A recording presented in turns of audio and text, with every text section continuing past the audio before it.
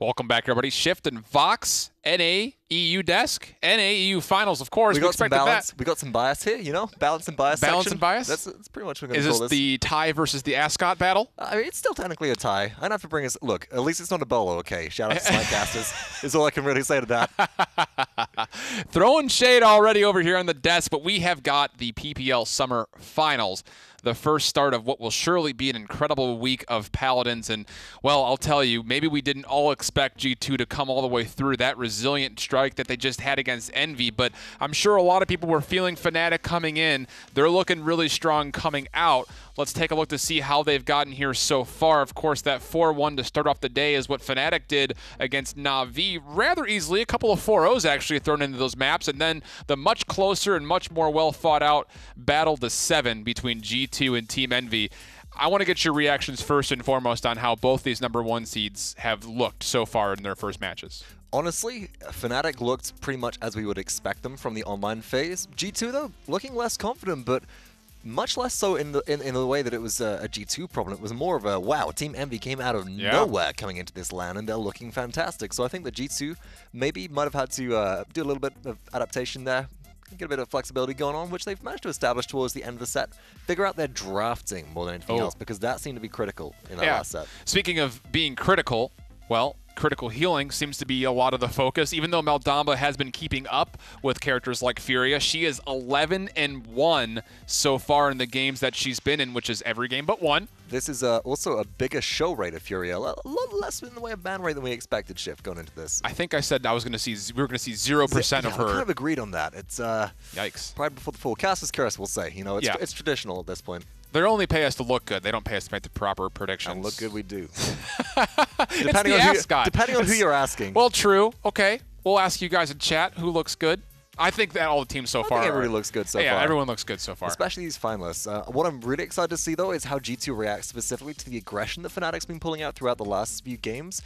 And if this set versus Na'Vi was really enough of a warm-up, because we saw Fnatic go ham those last 3 games. You know, they took a quick game off of Na'Vi. Na'Vi quickly bounced back against them. They said in their post-game interview that they didn't really have much of a bright marsh strategy going into this, so that might be something that G2 can use against them. But all the while, they were playing very aggro, and they're able to kind of do whatever they want.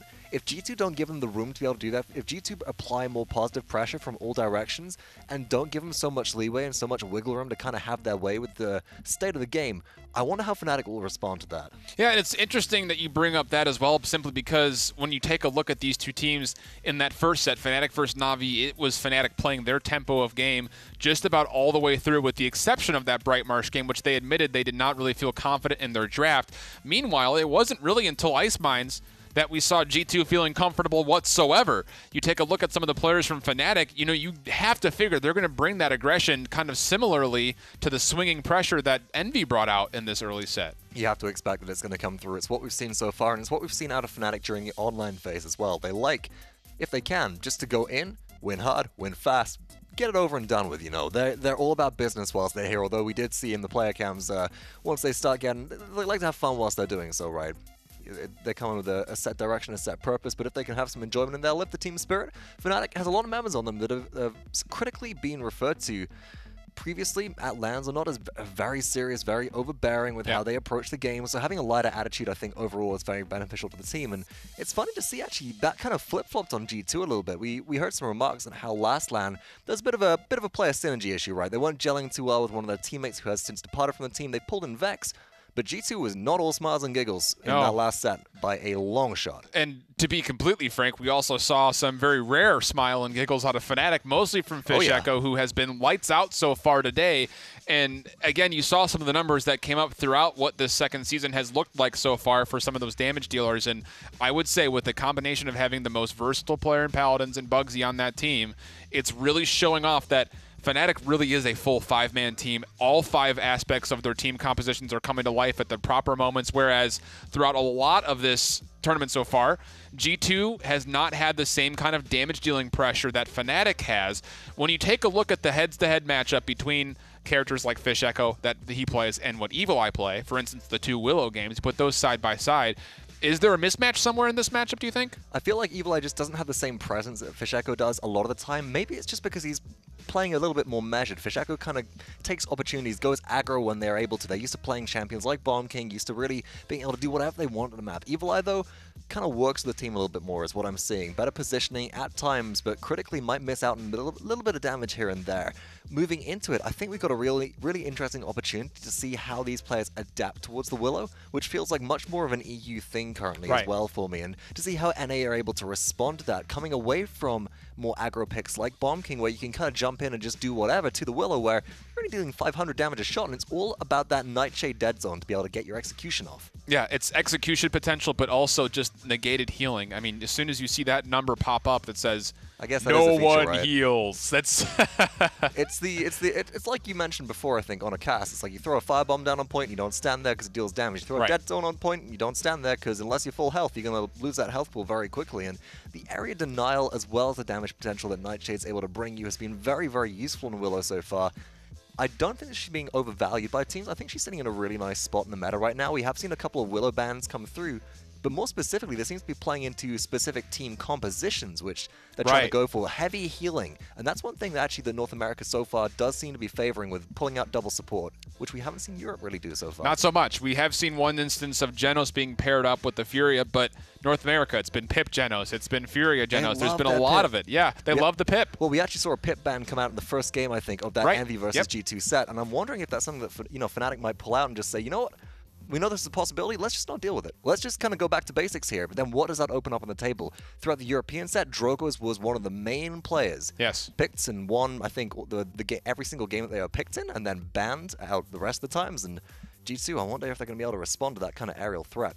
Well, we'll have to take a look of where we'll start things off. It will be Ascension Peak, so again, some experience today, at least, for G2 on this map. Even though it did look hairy at times, they were able to narrowly squeak that one out at a 4-3 total. Just to remark as well, I love the fact that Fnatic have taken away, looking at it, that's Frozen Guard here. I mean, they must have been watching the games. We saw how iDrop bodies popped off in the Strix. So Sniper's not so much of a threat from what we saw in the Fnatic versus Na'Vi set, but I'm wondering if they're going to respect that a little bit more on some of these bigger open maps. That would be an interesting point of contestation if it does come through.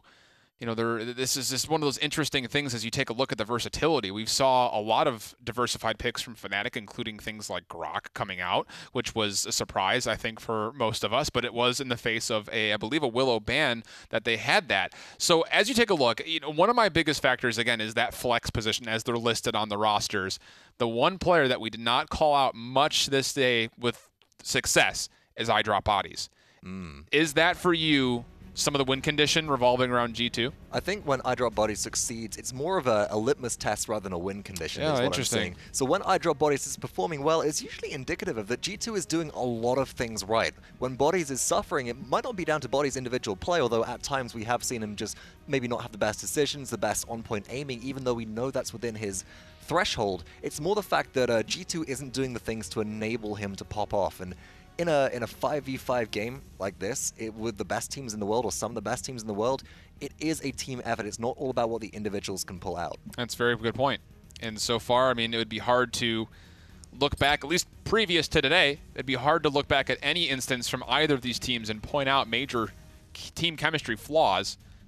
But again, if you look in just the last couple of hours, Fnatic has definitely showed up with their online presence here on a local environment where G2 had some struggles, but you could see the jovial nature of the team still shining through as Evil Eye's having a hard time containing some laughter early on. It will be a Con ban and a Furia ban, so we're not even going to get a chance to see her this time around, and this will only be the second time that Furia's been banned away.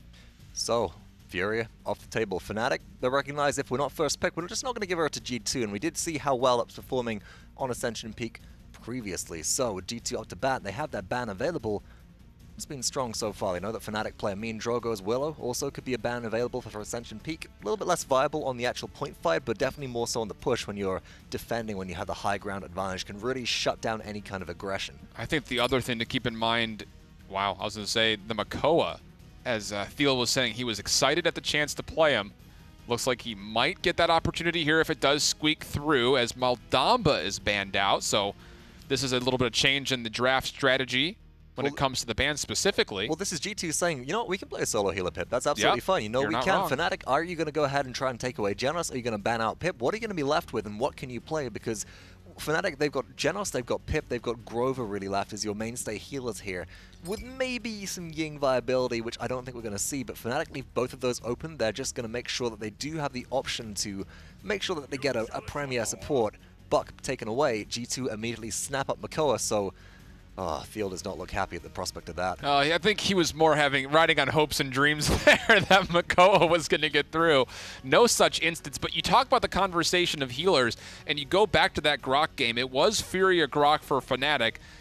Definitely a possibility to see a Grok here. That healing totem can do some work considering all the different corners that you can place it behind and keep it relatively safe. Although you do have to invest, I think, on a map like Ascension Peak where it is a little more spread out in the point fight. A lot of outreach in there, a lot of increased totem radius, which means that your totem is less tanky, or you potentially sacrifice something like Healing Rain for that throughput. So players have to make a lot of intelligent decisions, not just in the draft, but also with their loadouts to make something like that work.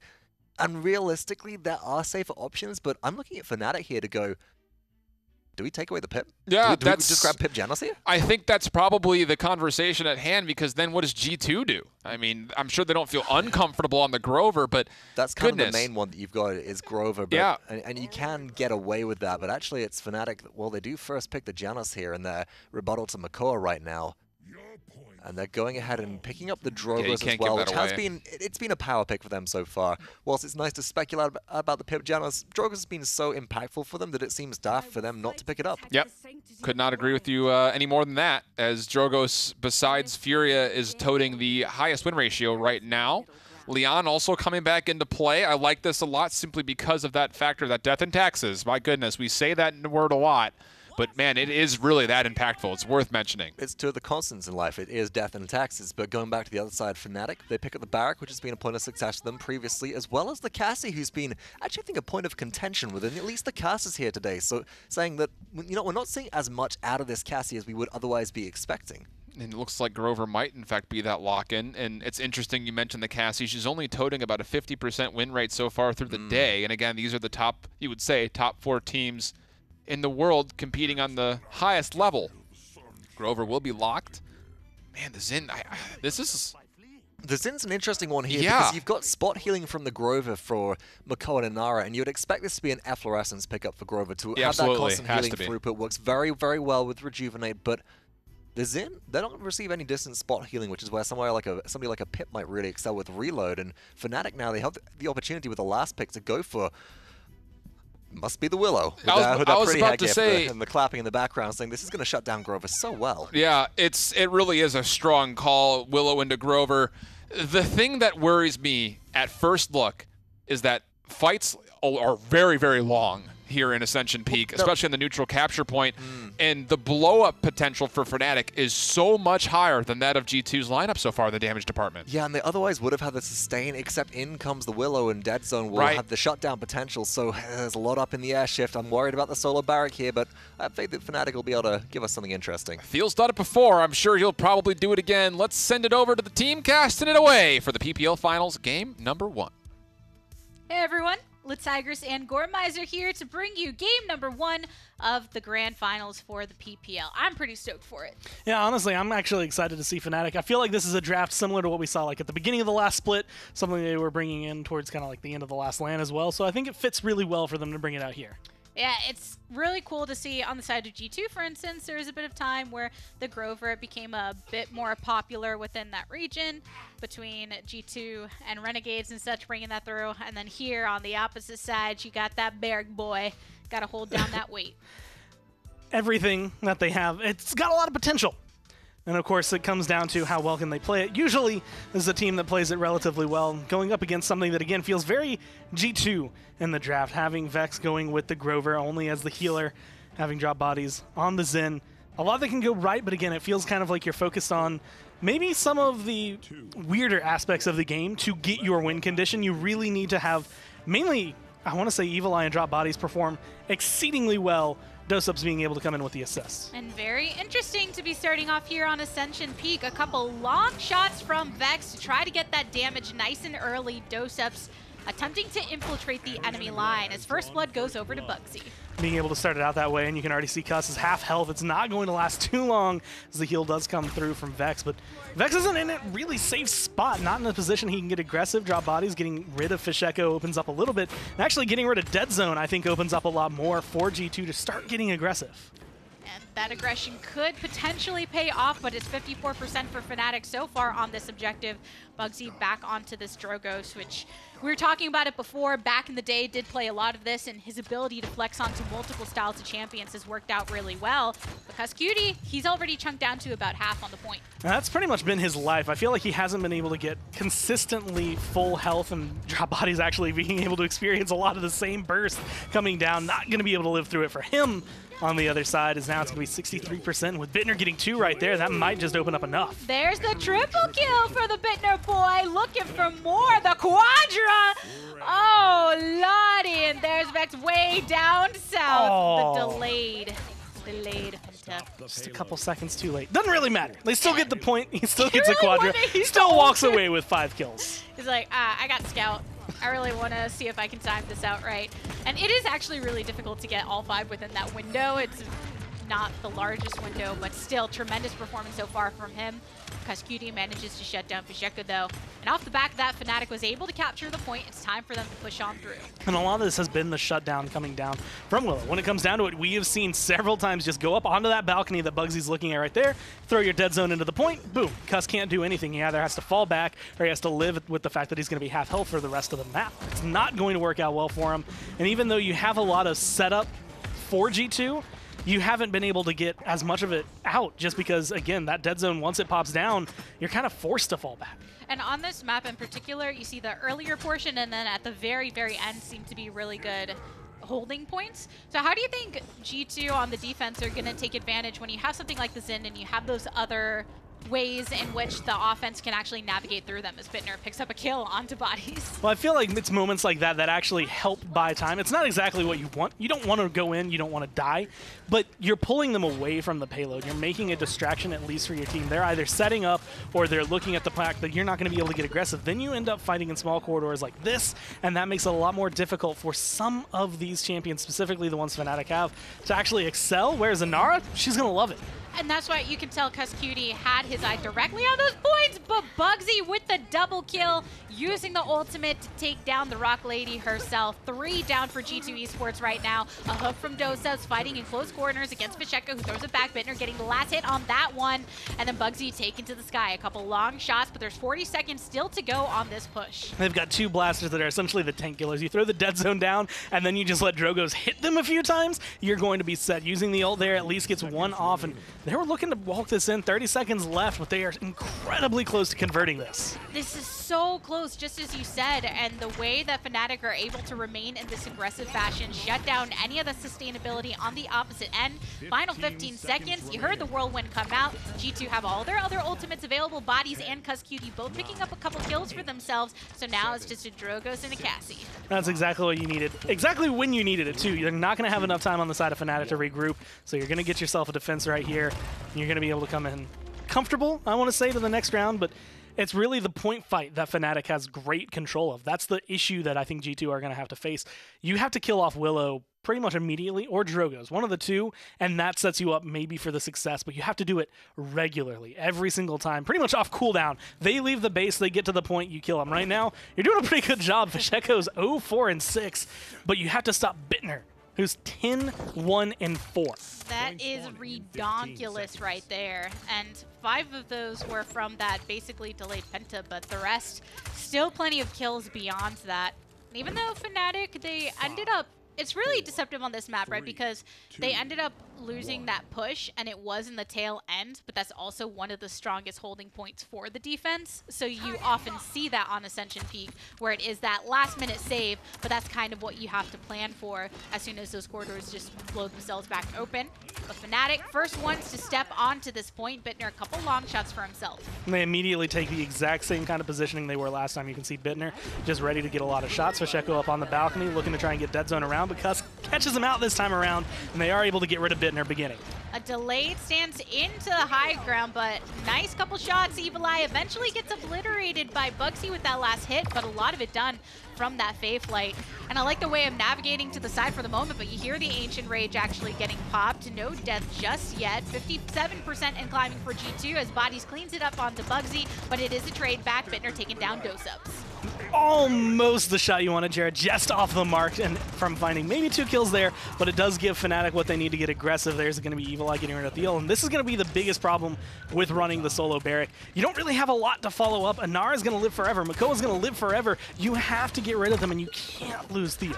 And right now, even when you're throwing down things like that dead zone, G2 Esports aren't having a problem with that survivability until this very moment. A final little flashback is Fnatic lose a couple of their own, another Whirlwind being activated, as well as the Dome Shield. This is Thiel's effort to try and separate this fight on all opposite sides of this capture point, but Dose-Ups is actually rotated around into the dead zone and dead himself. Doing exactly what he can, but he does get rid of the Dragon. Bugsy going to be down for a little bit, and that leaves Evil Eye in a good position to get aggressive. Willow not going to be able to do too much in terms of survivability. That 99% doesn't look like too much from G2 as long as Fnatic can keep the ball rolling this way. But at the same time, it's so close, and some of these players on Fnatic getting chunked down for the time being, but a little bit of a heal up before it is the chance for G2 to actually finish him off. You lose bodies in that process, and yes, you have the sustain, yes, you have these frontliners, but they can only take so many shots if somebody isn't throwing those shots back. Bittner's probably the one that you need to keep your eye on. Cuss noticing him this time might actually end up pulling a lot of attention over there towards the Cassie, just because he's getting so much free damage, a lot of kills going under his belt, just because there's so many threats on the side of Fnatic that you have to look at. You have to get rid of Bugsy, you have to get rid of Fasheko, and that leaves Bittner pretty clean most of the time. Down with Doe once again. Anara soon to follow. 2 standing for G2. Make that 1, and a lonely Grover can get chopped down pretty easily if he's getting focused down by a couple opponents, but they don't even care in that moment. They just want to capture as Fnatic gets their 2nd point of the game. A lot more impressive from G2 all around. There's a lot of interesting positioning choices that they made there, but it was being able to capitalize on that what gave them that little bit of a bounce back. When they were able to get up to 99%, they were holding Fnatic down in a spot Fnatic didn't look comfortable in, and then Fnatic went right back to the same spots they had at the beginning of it, where they know they can hold. Up, 2 minutes to go on this push. Bittner and Thiel throwing back a bit more of that damage. And I think the way that Fnatic are playing it when they're going on this push, they're not using too many resources right off the bat, right? They know it's a very long push. It's going to take a lot of time. And then instead, using the rest of their kits right now, they just got a team wipe without having to use a lot of their resources. And being able to push them back like that, again, you're looking for that tail end, that last little archway that you can see G2 actually grouping up behind. It's probably going to be the hardest one for Fnatic. Getting up to that point faster, though, gives them a lot more time to try and break the shell that G2 will build up. And as of right now, you're kind of separating them onto 2 different fronts. You're making sure they're looking in 2 different directions, and that's going to give you an advantage when you do loop around like this. And you'll notice that Vex is already on that high ground on the opposite end towards that endpoint where that's why he was able to notice Fasheko was trying to poke out and keeping those eyes locked in every which way. But here, Cuzcutie's so focused right down the middle on the side. Fasheko is throwing shots at him. Bugsy's able to close it off, but it's because there's just too many directions that are being collapsed upon him.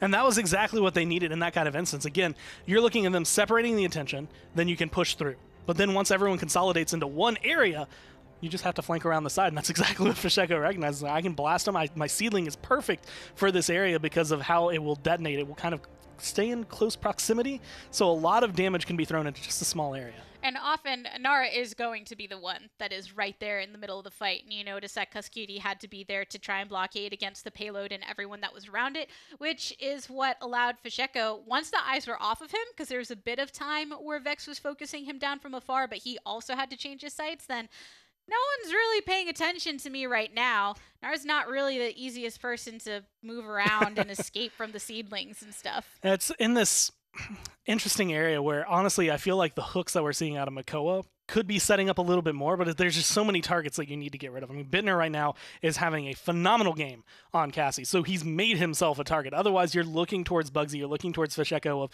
we need to get them out of the air, we need to pull them down and kill them off, so they don't have that advantage over us. But they're just 3 targets. You can hook once every few seconds, and even then, you have to hope you hit it. Otherwise, it's just not going to be able to work. Yeah, that can be a very difficult in some cases when you have that chaotic nature. But I think in the captures you saw during this last one, there's no comeback mechanic because it was just 1-1 after the first round. But G2 had made their way earlier and taking advantage of, you have that Makoa and Inara combination. It was just fine, but eventually Fnatic off pure power able to thwart Theo. Getting the singular trade for himself so far. It's 2-2 on both sides. Another whirlwind, but immediately eliminated afterwards, despite to finish it off. And Fnatic actually pushed this through to bring it to 3-1. And again, Fish Echo just showcasing how big of a threat he can be when left alone. There were several times where this was exactly the instance. His camera is the backline of G2, and he is just free firing, getting a ton of damage out with no one glancing at him. Double kills, triple kills throughout that entire round, where all he needed was the distraction caused by his team. And we've actually talked about this before, the fact that Bittner and Fish Echo can be such powerful forces of the team. And every team you can recognize a couple where it's dependent upon them. And then there's been some games at LAN where they fall flat. And then it clearly ends up having Fnatic pay the price. So you need Bittner in this kind of place where he's just popping off on Cassie. 8 streak currently, matched by Fish Echo's 8 streak. Jera on his 9 streak. So I think overall they're performing nicely as a unit. And I'll say that Sprightly is probably going to be the biggest thing right there now. Having a lot of damage reduction while he goes up into the air, looking for some damage from the top. And no one can really hit him from up here. He's going to be safe, and it's just free firing once again. And actually having to add that protection around the capture because he can't quite reach in, still manages to get the double kill, but G2 Esports in that time were able to grab 50%. The rest of Fnatic ready to rotate and push everybody off on the side of blue that's still alive. Nice shots from Bugsy as Bittner gets the double. Going to be able to find Cuss here in just a second. That wall only going to delay just a little bit of the inevitable as it does come through. Sitting on the point, 63% is Fnatic. I mean, those streaks have now equaled out, all at 13 as they've been able to control it. Drop bodies is in the neighborhood, but again, you have 3 big threats you need to take care of. All 3 of them are looking for you. You have to play this as a team for G2, and they have to play it now. Everyone from G2 are trying to find their way back into this, but Theo, he throws down the dome shield to try and discourage anyone from entering any of these passageways. Actually gets the double kill immediately off of it. Oh no, and G2, their team is getting obliterated. Bittner with the kill. There's only one remaining. The staggered out ace that ends up happening in favor of Fnatic as they grab the victory in game number 1. And that, I mean, came down to the draft. They pretty much built an anti-point draft. If you are G2 and you were standing on the point, you are not going to be happy. And they ran it the exact way they needed to. Here's a dead zone. Here's a seedling. Here's your shield. Barrack, just stand around the corner and you're safe. Your turret's not going to be able to get taken away. You have no worries. And that's why G2 is able to get the early capture, because I'm saying, it's okay, we know this is going to happen at some point. Now let's do everything we can to basically make the floor you're standing on lava. Go back to the childhood days and playing floor lava, send you off of the actual capture, and then keep you out. Both of these teams, I mean, at this point, we're undefeated for the split. The last time this came around, Fnatic, I think, is the one that has won pretty much. They won their spring split. They won the spring LAN for PPL. They won their summer split. Now they're looking to try and continue that for here. And honestly, if they can continue drafting like this, I think the thing that they bring is their own flavor for every single map. That one was just point control. I expect we're going to see something similar to that again. A very confident team that's feeling pretty good after game number 1. I know, Desk, what did you think of Fnatic's performance? Fnatic's performance or Bittner's performance? A bit of both. I mean, they go hand in hand with each other, right? You can't have one without the other at this point. I am actually very excited for 2 reasons. Number 1, that's probably the first time we've seen Bittner show his true form. It's like he just went Super Saiyan on back this. Back to the Bittner of old, like last fall or so. He's just like, all right, he is the team at this point. Yeah, and number 2, we finally saw Cassie popping off after having, those marginal, we're doing some good damage, but are we really affecting the team fight? I think the answer in this is resoundingly yes. And what was remarkable for me is the way in which Cassie was able to impact the fight versus the composition that G2 have, which sure, there was only the Grover to really deal with, but it was double frontline that you're fighting into, and this is an impulse Cassie. She's not designed to do big bop damage versus the tanks. We're not watching big game Cassie. This Bittner just doesn't care. Well, it might as well have been a big game for Cassie. Maybe not the talent pickup of big game Cassie. Shift. I'm working on my puns. I've moved beyond puns at this point. I'm not allowed to make. I'm not allowed to make sports references anymore. There's I think that Nick and Evan are waiting outside of me in the hall with a bat. Foam bat, of course. Now, is that a baseball bat or a cricket bat? Don't bait me like this. I can't take it. I'm sweating here, folks. I'm sweating. Maybe that ascot just a little bit too tight. Oh yeah, can I get a fan in here, please? Is that a sport? There we Box, go. you're killing me. Quite literally choking on the desk. But again, I think that even though Bittner went off that game and Cassie went off that game, there were some moments in there where G2 really did kind of go toe-to-toe in those team fights. It just came down to that spite at the very end of that second push would put it to 3-1, and then that last team fight, the itemization was just so loftily in favor of Fnatic, it didn't really feel like G2 really had a chance to match up in those elongated fights. It's so tough when you're playing with, well, a solo Grover to be able to really go toe-to-toe with a team that, one, has Willow, and two, has itemization, which far exceeds what you have already, because you just don't have any healing. Yeah. I mean, the reaction time that Fish had on a number of these fights on the outside, I think really, again, shows to the true form of the mechanical nature of these teams. I mean, there were so many instances where Xin had Willow dead to rights. Fish shoots once, flutters up, dead zones, shoots twice, no more Xin. I mean, the reaction time was incredible, I think, from both Fish and from Bittner, which, again, helped carry that solo barrack that we mentioned that we were a little bit worried about at first. But it ended up being okay because there was so much damage pressure from so many areas. And now moving into the next game, I'm really interested to see how G2 respond to this. I think that they might have to rethink how they approach supports right now with the ability to have all these counters on the table. Because, again, sure, that wasn't the only weak point there, but I feel like with a more reliable, if there was something like the Damba, if we'd maybe even seen a Pip or something like that, we would have seen better peripheral survivability, which might have helped them out. It's tough, too, because against a Willow, you're looking like, okay, well, our efflorescence is stopped for a short period of time.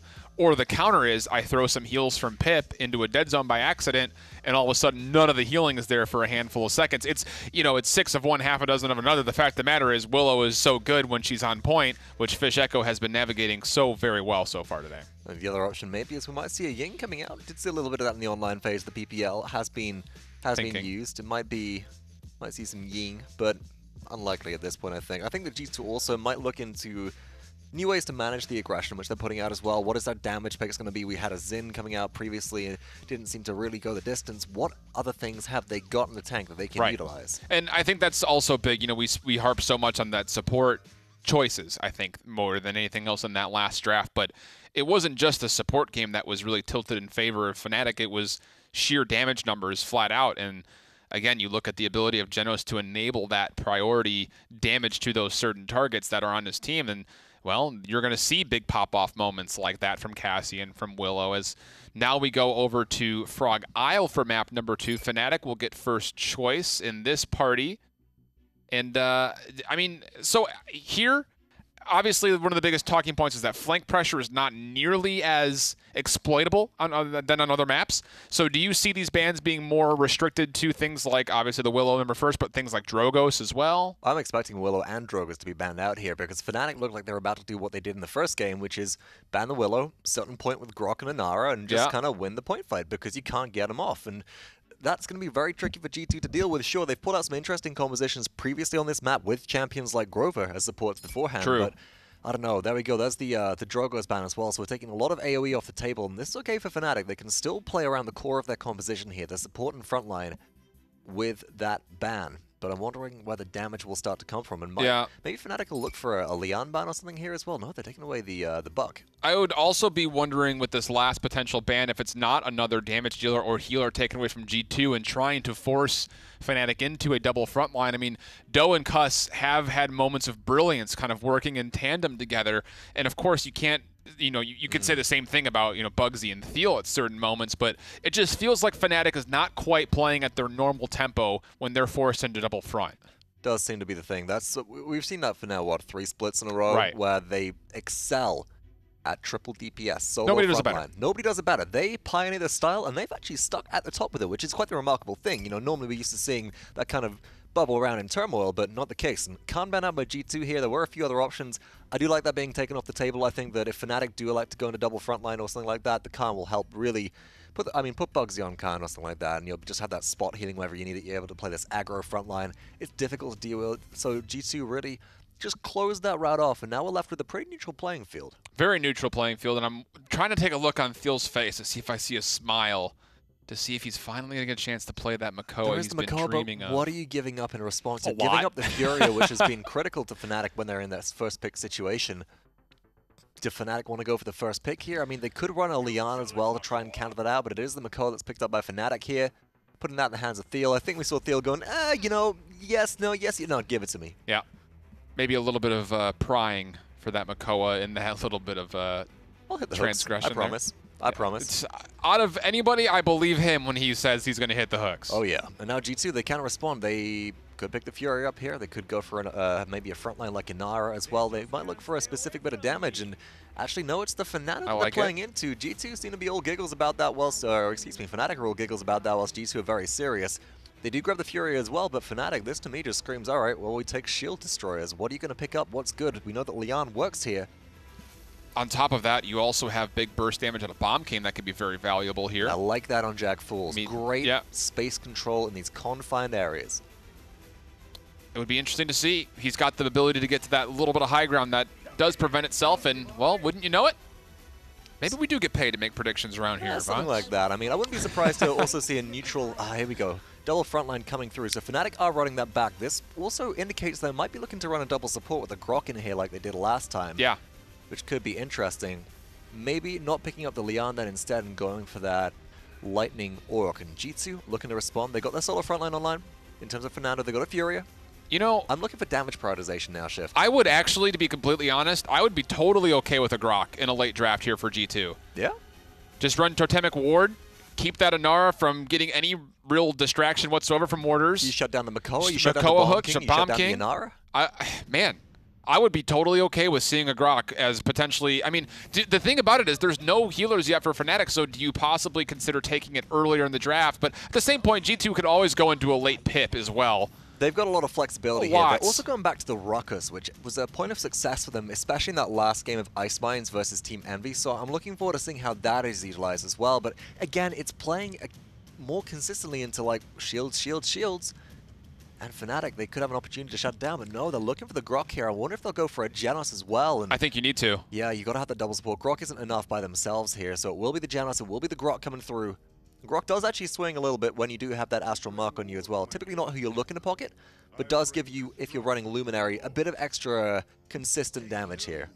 Wow, they're actually going to... I mean, you know, and the other thing is, Fernando is probably one of the better counters to Grok because that shield lasts forever in the face of Grok. So you're going to look at Fish on that Bomb King to really prioritize getting that Wrecker online, getting Fernando's shield down, making sure Ruckus doesn't have his personal survivability. Because to be honest, even though Ruckus did boat a win for G2 in Ice Mines, it did not look so great for them earlier on in the set versus Envy. And really, to be honest, I think that speaks to the true nature of the champion, which is Ruckus right now is just not as survivable as he used to be. Not at all. G2 then, last pick, opportunity coming through. Could go double support if they want to pull out the pip here.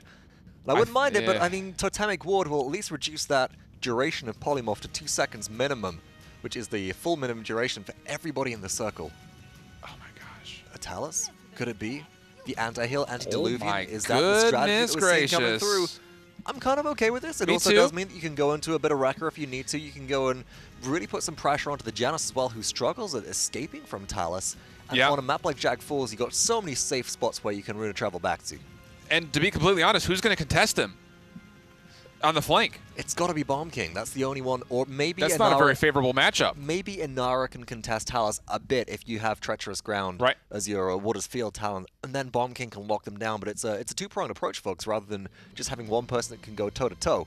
Well, it's a bold strategy, Cotton. See how it pays off for him. Talus coming into play. We were kind of joking a little bit at the end of the Fnatic interview. We had the Fnatic interview saying, yeah, you know, Talus is the one.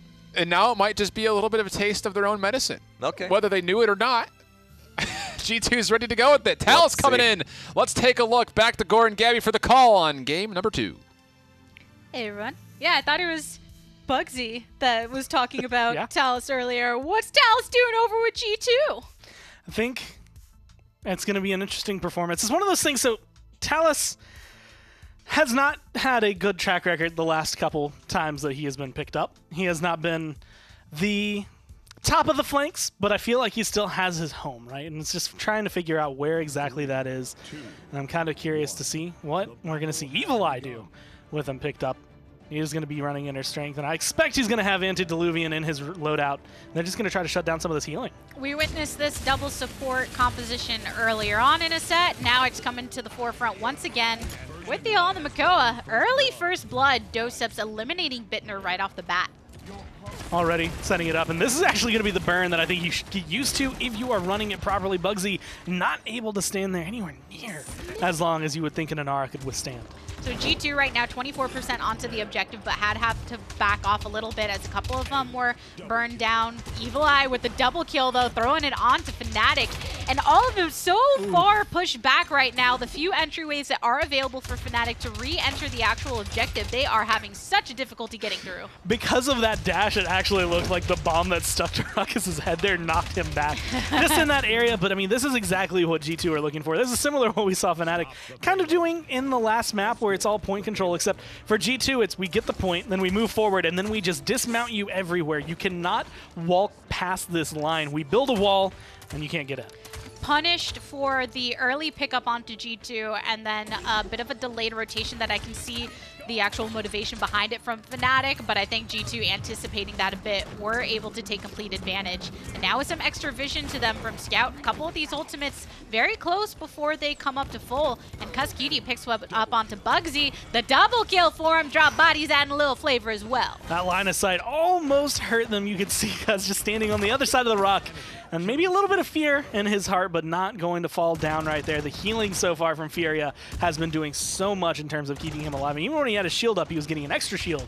So there was no chance of taking him down. And that's just been, I think, the story of this so far. Is no one's getting low on the side of G2. They almost all have their ults charged up, and they're just burning through Fnatic's health bars. Oh, the lockdown right now. Bittner taking down Doseps, but it was with the help. Just having the Sonara right in the middle of your face is going to do something like that. But on the side of G2, yeah, you have Genos and Grok for Fnatic versus the Furia here for G2 as Vex actually goes down. But it's that burst healing. So if everyone's able to keep themselves long enough alive until those cooldowns come back off, you're pretty much guaranteed to be nearly back to full. Now trying to set up a good defensive line. Usually you would think with Makoa here, you could actually pick off a couple people here and there, but it just feels like G2, we're kind of prepared for that coming into this. That's actually going to be the Inflame being popped, I believe. So going in, it looks like the aggression's going to be coming out. The shots are going to be hitting harder. Just 40 seconds here to go.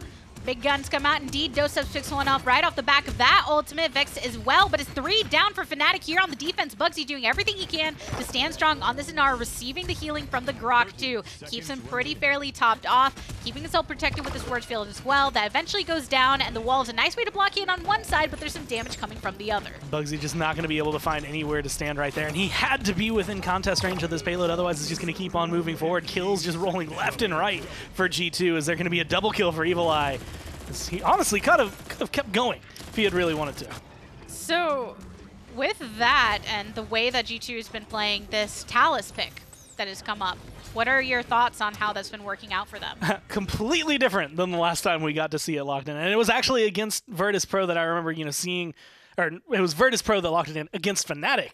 And of course, there's already going to be a skill discrepancy there, but it's just one of those things that it didn't touch anyone. It got a kill, but only because you happen to see Bittner going in for a taunt. It's like you don't get that often. And so now coming into this, I doubt we're going to see anything fall like that with the way they've built this composition. He's just going around the sides. He's looking for Bugsy specifically, but he'll burn down anybody. 5, 1, and 4. That's the slash line currently going into round number 2. G2 are up 2-0. So yes, Fnatic will have comeback mechanic to keep themselves in this fight, but look at that itemization comparatively between the teams. G2 have just pulled ahead, starting out with the Scout. Cutie rotates around to where he assumes most of Fnatic will be, and even coming out Grok with his ultimate, and there's also just a Makoa right there, smack in the face, ultimate at the ready if need be, and he actually pops it right now, swing it away into Cutie, who has to pop the shield up, but is only going to be able to find so much protection as Theo finds another target. Hook not going to be able to connect onto Vex there, and that actually might spell trouble for Theo. Gets stunned out as well. That shield can only do so much. Chased down and killed off. The turtle is just not accomplishing anything you would have actually expected out of Theo. That was so difficult because you thought you had a target, and then it didn't quite work out. Around the corner to get the stun onto this Ruckus, but there's a Furio ultimate to keep everybody nice and at the ready, topped off as well. So 78% for Fnatic, but G2 Esports, they're keeping keeping themselves going. That 3-second fireball really helping out as well, coming around the corner. Cuss is just in the perfect position to, again, dismount, knock him off, push him back. They don't have the health bars on the side of Fnatic to make the difference they need to. That's 72%, but G2 control every door, every entrance to the point. And they're continuing to do so. Look at everybody on Fnatic. So many of them eliminated. One running back to base as fast as he could, but couldn't make it in time. And G2 Esports 3-0 right now in this game. Definitely not the way I expected this one to go. Fnatic so far have been looking not necessarily unstoppable, but very difficult to take down, and G2 are making it look easy, at least for this map. And this is one of Fnatic's favorite maps, one of their best maps to play on, so being able to take care and take control of it like this is definitely a big testament in the draft. This Talus is working wonders for them, but so is pretty much everybody else on the side of G2. Well, and the fact that you've mentioned, and we talked a little bit about it at the desk, Cuss Cutie on this Nando and the way that he plays it. Yeah. How do you feel that his aggressive style, as you saw him just get 2 kills right now, is contributing to the way in which they're able to carry at such a steady pace? Well, it's in this awkward area where as long as he's within view of Vex, he feels safe. Right now, not in view of Vex. Vex actually is going to be dead right now. He's not going to be able to accomplish anywhere near the same amount of things. That heal coming down from Fury has augmented Cuss's Fernando so much. And a couple kills. G2 falls a little bit, but so does Fnatic, and you still have a minute and 20 seconds to go on this push, with it there at about the 75% mark. So now it's the turn of Fisheko to take these the little balcony here, whether it's the little entryway on the side, to throw some of these bombs out as far as possible to discourage G2 from their progression. The big question is how exactly Fnatic is going to be able to react to what could be a Hexafire, definitely Immortal, coming through later on this round. If G2 can break back through, those ults are going to be going. There's going to be both of them popped immediately, but not going to find a lot of damage on the Hexafire. Immortal, Hexafire blocked up by a wall, manages to rotate around to help secure that kill onto Bittner. Still about 40 seconds to go, and Dosups is in pursuit once more. This is just with one of their players down and out, Fnatic losing 2. So G2 Esports, yes, they're getting some trades, and it's difficult when Fnatic, they're the ones on the defense, so they can spawn back much quicker. But G2 are still keeping enough alive, even because Cutie still here gets a kill onto Thiel. As it is right now, this healing and these shields is just so much in terms of getting G2 ready to fight, ready to keep going, but Vex has been taken off the board. And all of the ultimates that you have to use right now on Fnatic, Fisheko and Jared picking up a couple kills for themselves, but Dosups is still alive, nice and shielded, throwing it into this Bomb King right now, but luckily Fisheko is able to save his own life with 2 kills, and off of that, very hectic for the time being and kind of scary, but Fnatic managed to hold that defense. Drop bodies, and pretty much, I think it was Talus as well, and on G2, in this awkward position of, do you commit, do you fall back? Where do you want to go? How can you help? Not a lot of options there once you lose Cuss, once you lose Vex, so you can't really push forward. You try to get as much as you can as you fall back, but Fnatic, once they won that initial team fight, even though they used a lot of ults to do it, at least got themselves a defense. The key word is the fact that they used all their ults. Look at all of their percentages. Thiel does have his, but you're looking at 23, 24, 36 for Jera, Bugsy, and Fisheko respectively. So there's a lot that they're missing coming into this one versus what you're going to have charging up and ready on the side of G2. And especially because ultimates like Immortal and Hexafire were used much earlier, so even those have bigger charges on them. They'll be up soon. And Flame just now coming up as well, so I expect Vex to make a huge impact in this fight. Oh, Bittner is already finding himself into some trouble. Can't keep himself alive with that final burn down. And now the ultimate pop from Furia as well. Everyone went just a little more swiftly. 3 kills for the side of G2. Jeez. Make that another one. And G2, they are feeling really great off of the back of that Inflame. Drop Bodies got credit for the kill, but Evil Eye shredded Thiel. That was with Ancient Rage. He has so much health through all of that. He killed Makoa twice, technically, with all of that. And he's not done. He's still going in. True Power picks one up onto Jera. Here's a Hexafire, finds itself into a wall once more and thus cannot rotate for any additional targets. But it's 99% for G2. Where's Fnatic? They're not here where they need to be to clinch this game. They are off to the wayside, getting dismounted by G2 as they tie up this set 1-1. definitely feeling comfortable and channeling what they, I guess, channeled earlier when they were able to beat Envy, and feeling pretty comfortable, smiles all around, so you can tell the team is feeling themselves. But this is one of those moments. Fnatic is not a team that gives up easily, so it's just, you can take that small win, but you have to remember that it is just one in the grand scheme of things. They have to kind of keep up this pace, and they have to keep that kind of control. Fnatic usually goes map to map, draft to draft. Whatever went wrong there, I don't expect they'll let it happen again. And the nice thing for G2, though, is it wasn't this 4-3 all the way, just narrowly slipped. Nice and quick. Yeah, it was. They got 3 points, then they lost one, but then in the end, they got a really nice, clean capture for themselves, so they can feel good about that going into the next games. I think any team will give up 1 point if it means that they can go into the final capture with the other team having 3 ultimates completely down that they don't have to worry about. That is definitely a take that you will always want. Well, and you know how forceful they were being. The fact that Fnatic, who opt more for making sure they use those ultimates in a timely way, they were put in a position where they had to use them to try and secure not the loss there, but the eventual loss. So it's 1-1 right now. Desk, what do you think? Apparently, Inflamed plus Talus auto text is pretty good. Yeah, it's not just like it's not like Talus anything. It's just Talus. Talus Just doing base Talus things. Talus. Yeah, press Q. You know, just hold left mouse button and just apparently have Evil Eye tracking. And Evil Eye's tracking has been a lot better this land than I've ever seen him previously. Ringing the bell out there. Normally Standard see him time. just, you know, playing these burst champions like the Drogos, like the Bomb King, where especially you're dealing with projectiles. And now it's just like, all right, I guess he can lock on pretty well as well. He traces. Maybe he's been getting some lessons from Coach Buddy out here. I don't know what it is, but whatever if it's water that he's drinking, if it's lessons he's getting, I want in on it. He was all over the map, which is exactly what you want from a Talus. And really, to be honest, as you take a look at the draft, there was nobody. Like we mentioned, there's nobody who was going to be able to rotate over to him quick enough. There's just so much mobility, and he was able to shred through every single target, including Bittner, both pre and post Ghost Walk. And Nara's damage reduction was nothing but a flint in Evil Eye's eye, and he was able to clean up just so many kills, allowing his team to move forward, get aggressive, and just do G2 things. You know, the commentators made the remark at some point, I think we were talking about that as well, is that it's all about the frontline game for G2 throughout the duration of this game, and because the frontline was opening up so much space for Talus, you got a Bomb King who's your primary damage, and the weight of the world is on Fish Echo's shoulders.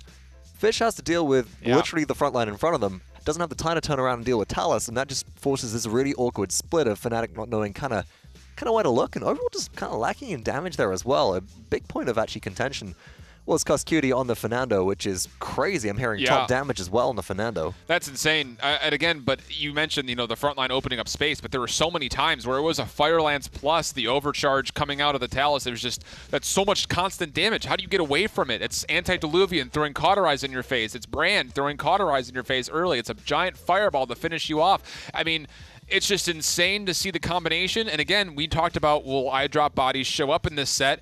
And your response was, if the rest of the team is there, he'll be there. By golly, he was up there in the damage charts. Bodies was showing up, and I just want to say as well, just real fast, Immortal with Furia Wings in the back from Inflame is probably the coolest animation I've ever seen in Paladins, which you just saw pop on through, but hopefully this allows G2, now they tied up the set, to feel a little bit more comfortable with where they're at as well. You know, Bodies was performing well. Doe on Ruckus was doing a mean thing this game as well. Just had so much space to work with, was landing a lot of consistent damage, and although we saw some, you know, at times the good Cassie play come out as well, it's just this constant barrage from all angles coming out of G2. I mean, well, how does Fnatic respond to that besides not drafting that composition? I think the biggest factor was the fact that Grok did not seem like a fit into Fnatic's roster. We said Grok's name a lot in the draft, but for G2. Yeah. Not so much for Fnatic in that, and I think that it was the Bomb King backpack had to be huge. It had to be a duffel bag the size of the Eiffel Tower. I'm feeling like, you know, maybe April 2017 Bomb King here. Yeah, where Bomb King just wins by default.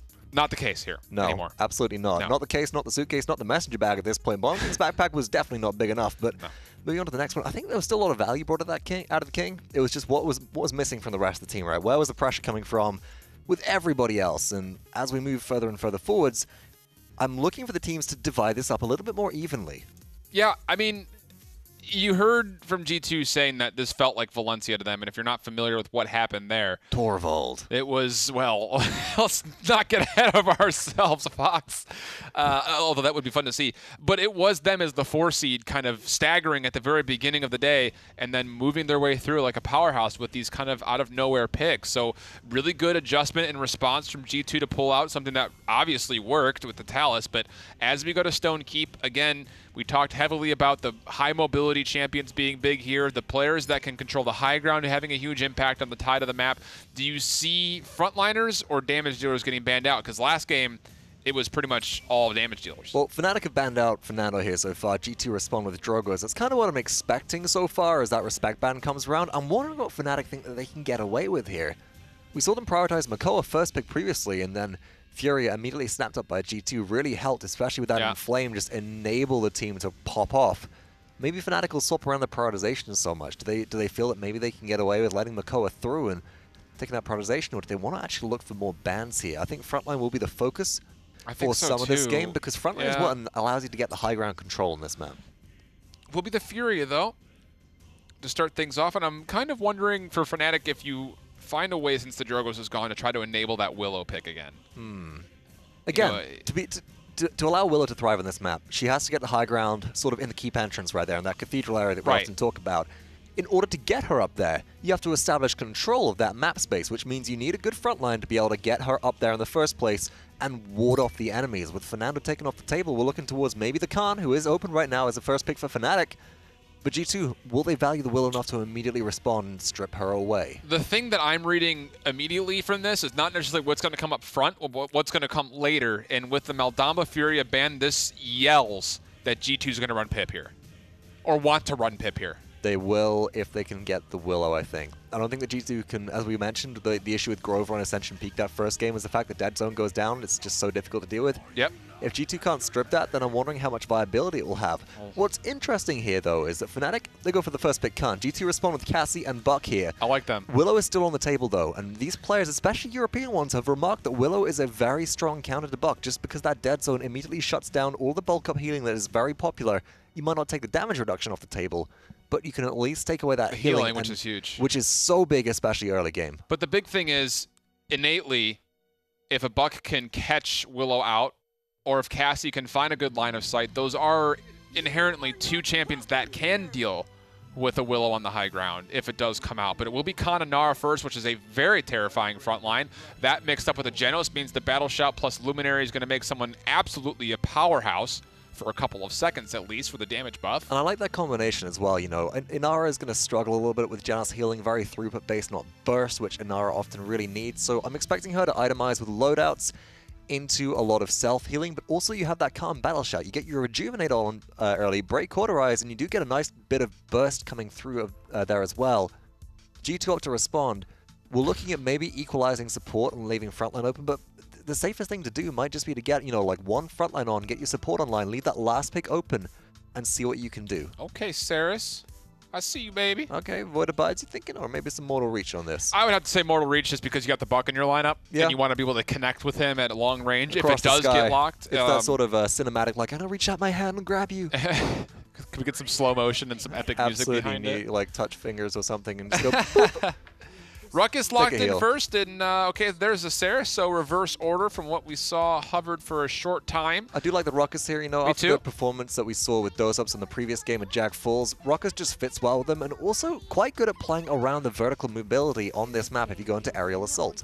You know, I like the Saris too in the face of Willow, because if you do end up finding someone who's getting that dead zone while you're channeling your restore, you can just cancel it, wait the 2.5 seconds or whatever, and put it on somebody else. You can, but the Lian as well makes things more difficult. Expect that to be a Death and Taxes pickup here. I mean, Fnatic recognizing the fact that you're playing into Ruckus, who relies on shields, you're playing into a Saris, who's high healing throughput, and a Buck. Well, let's just take innate anti-heal here initially and see what we can do. So G2, they're going double frontline here to match Fnatic's double frontline by the look of things. The barrack, at least with the barricade, will allow you to, a cauterized break, and I think that's the most critical thing, is you'll break line of sight from Lian for a second or two. And to be honest, your only other option there is a Terminus, and I think that's not going to go well into Willow. No, not at all. Willow sits on top of the cathedral and just goes bop. Yeah, bop, I don't care about your power siphon. And click adventure roundabout. I loved your face. I wish we would have had a camera on it, because the facial expression while you're doing that was just so droll. Beautiful. I'm pressing buttons, folks. I'm playing an uncontested Willow. This is my mouse 1 button. I'm just going like this. But that's pretty much what it is. No left hand needed. Just all right hand. Oh, absolutely. Stand still. Auto click. All right, I'm gonna go get a snack, guys. I'm like the bass player in a ska band. We'll see how successful this Willow is. Fnatic ties things up, or rather G2 ties things up with Fnatic. Gord, Gabby, we've got ourselves game 3. Take us away. Thanks, Alan. Willow has been pretty successful so far, and I think she wants to keep that up. I feel like that's a phrase that we never planned on ever saying. Like, that was never something that came up. There were also talks of like, man, how do we make Willow work? How do we change Willow to make her good? What could happen? And the answer is nothing. Just keep her as she is and let the players figure it out. And the nice thing about Stone Keep is if you are in that Fae Flight where it does keep you vulnerable, but you can have access to a lot of the battlefield wherever that fight might be going on, so that if they're just kind of on that side where it's behind that half wall, you can get to them, the capture point, even try and angle it into the actual cathedral. But here we are with our lineups. I like the way Fish Echo's already itemized this, going for the Haven immediately to try and stop Buck and Cassie from getting rid of him as easily as they could, trying to get control of that high ground, and already it looks like they've got it. Bugsy gets the first blood onto eye drop bodies. 51% for Fnatic so far. The power of Inara with that healing coming into her, but G2 Esports not losing too much at this moment's time. They just need to find their angle into the actual fight, which is hard to do when Fisheko is poking from the side. Trying to find an angle where Fisheko just controls all of the angles is never going to work too well. Again, Dead Zone, Seedling, it's going to be very difficult. A lot of just denial of area that you can stand and feel comfortable in. Right here is going to be a big fight. Evil Eye at least getting rid of Bittner opens up some aggression from the rest of the team. But nonetheless, Fnatic still managed to keep a few more seconds onto the objective to bring it to 78, and Theo having to rotate off to the side a bit, gets chunked down pretty low. Evil Eye, just a couple more shots should be able to take him down. Another one, and look at that last bit of HP leading to the security of a couple of these hits, but Evil Eye with a double kill, Cuss Cutie to follow up, and G2 Esports keep themselves in it. There was one slip up. Once Fnatic stopped looking at Evil Eye is when everything started to fall apart. All of a sudden he's getting a lot of damage off, he's getting his heals off, he's staying alive, he's rotating around, and it's just a little bit of damage. But that 87%, it looked big until now G2 has not only caught up, but passed you.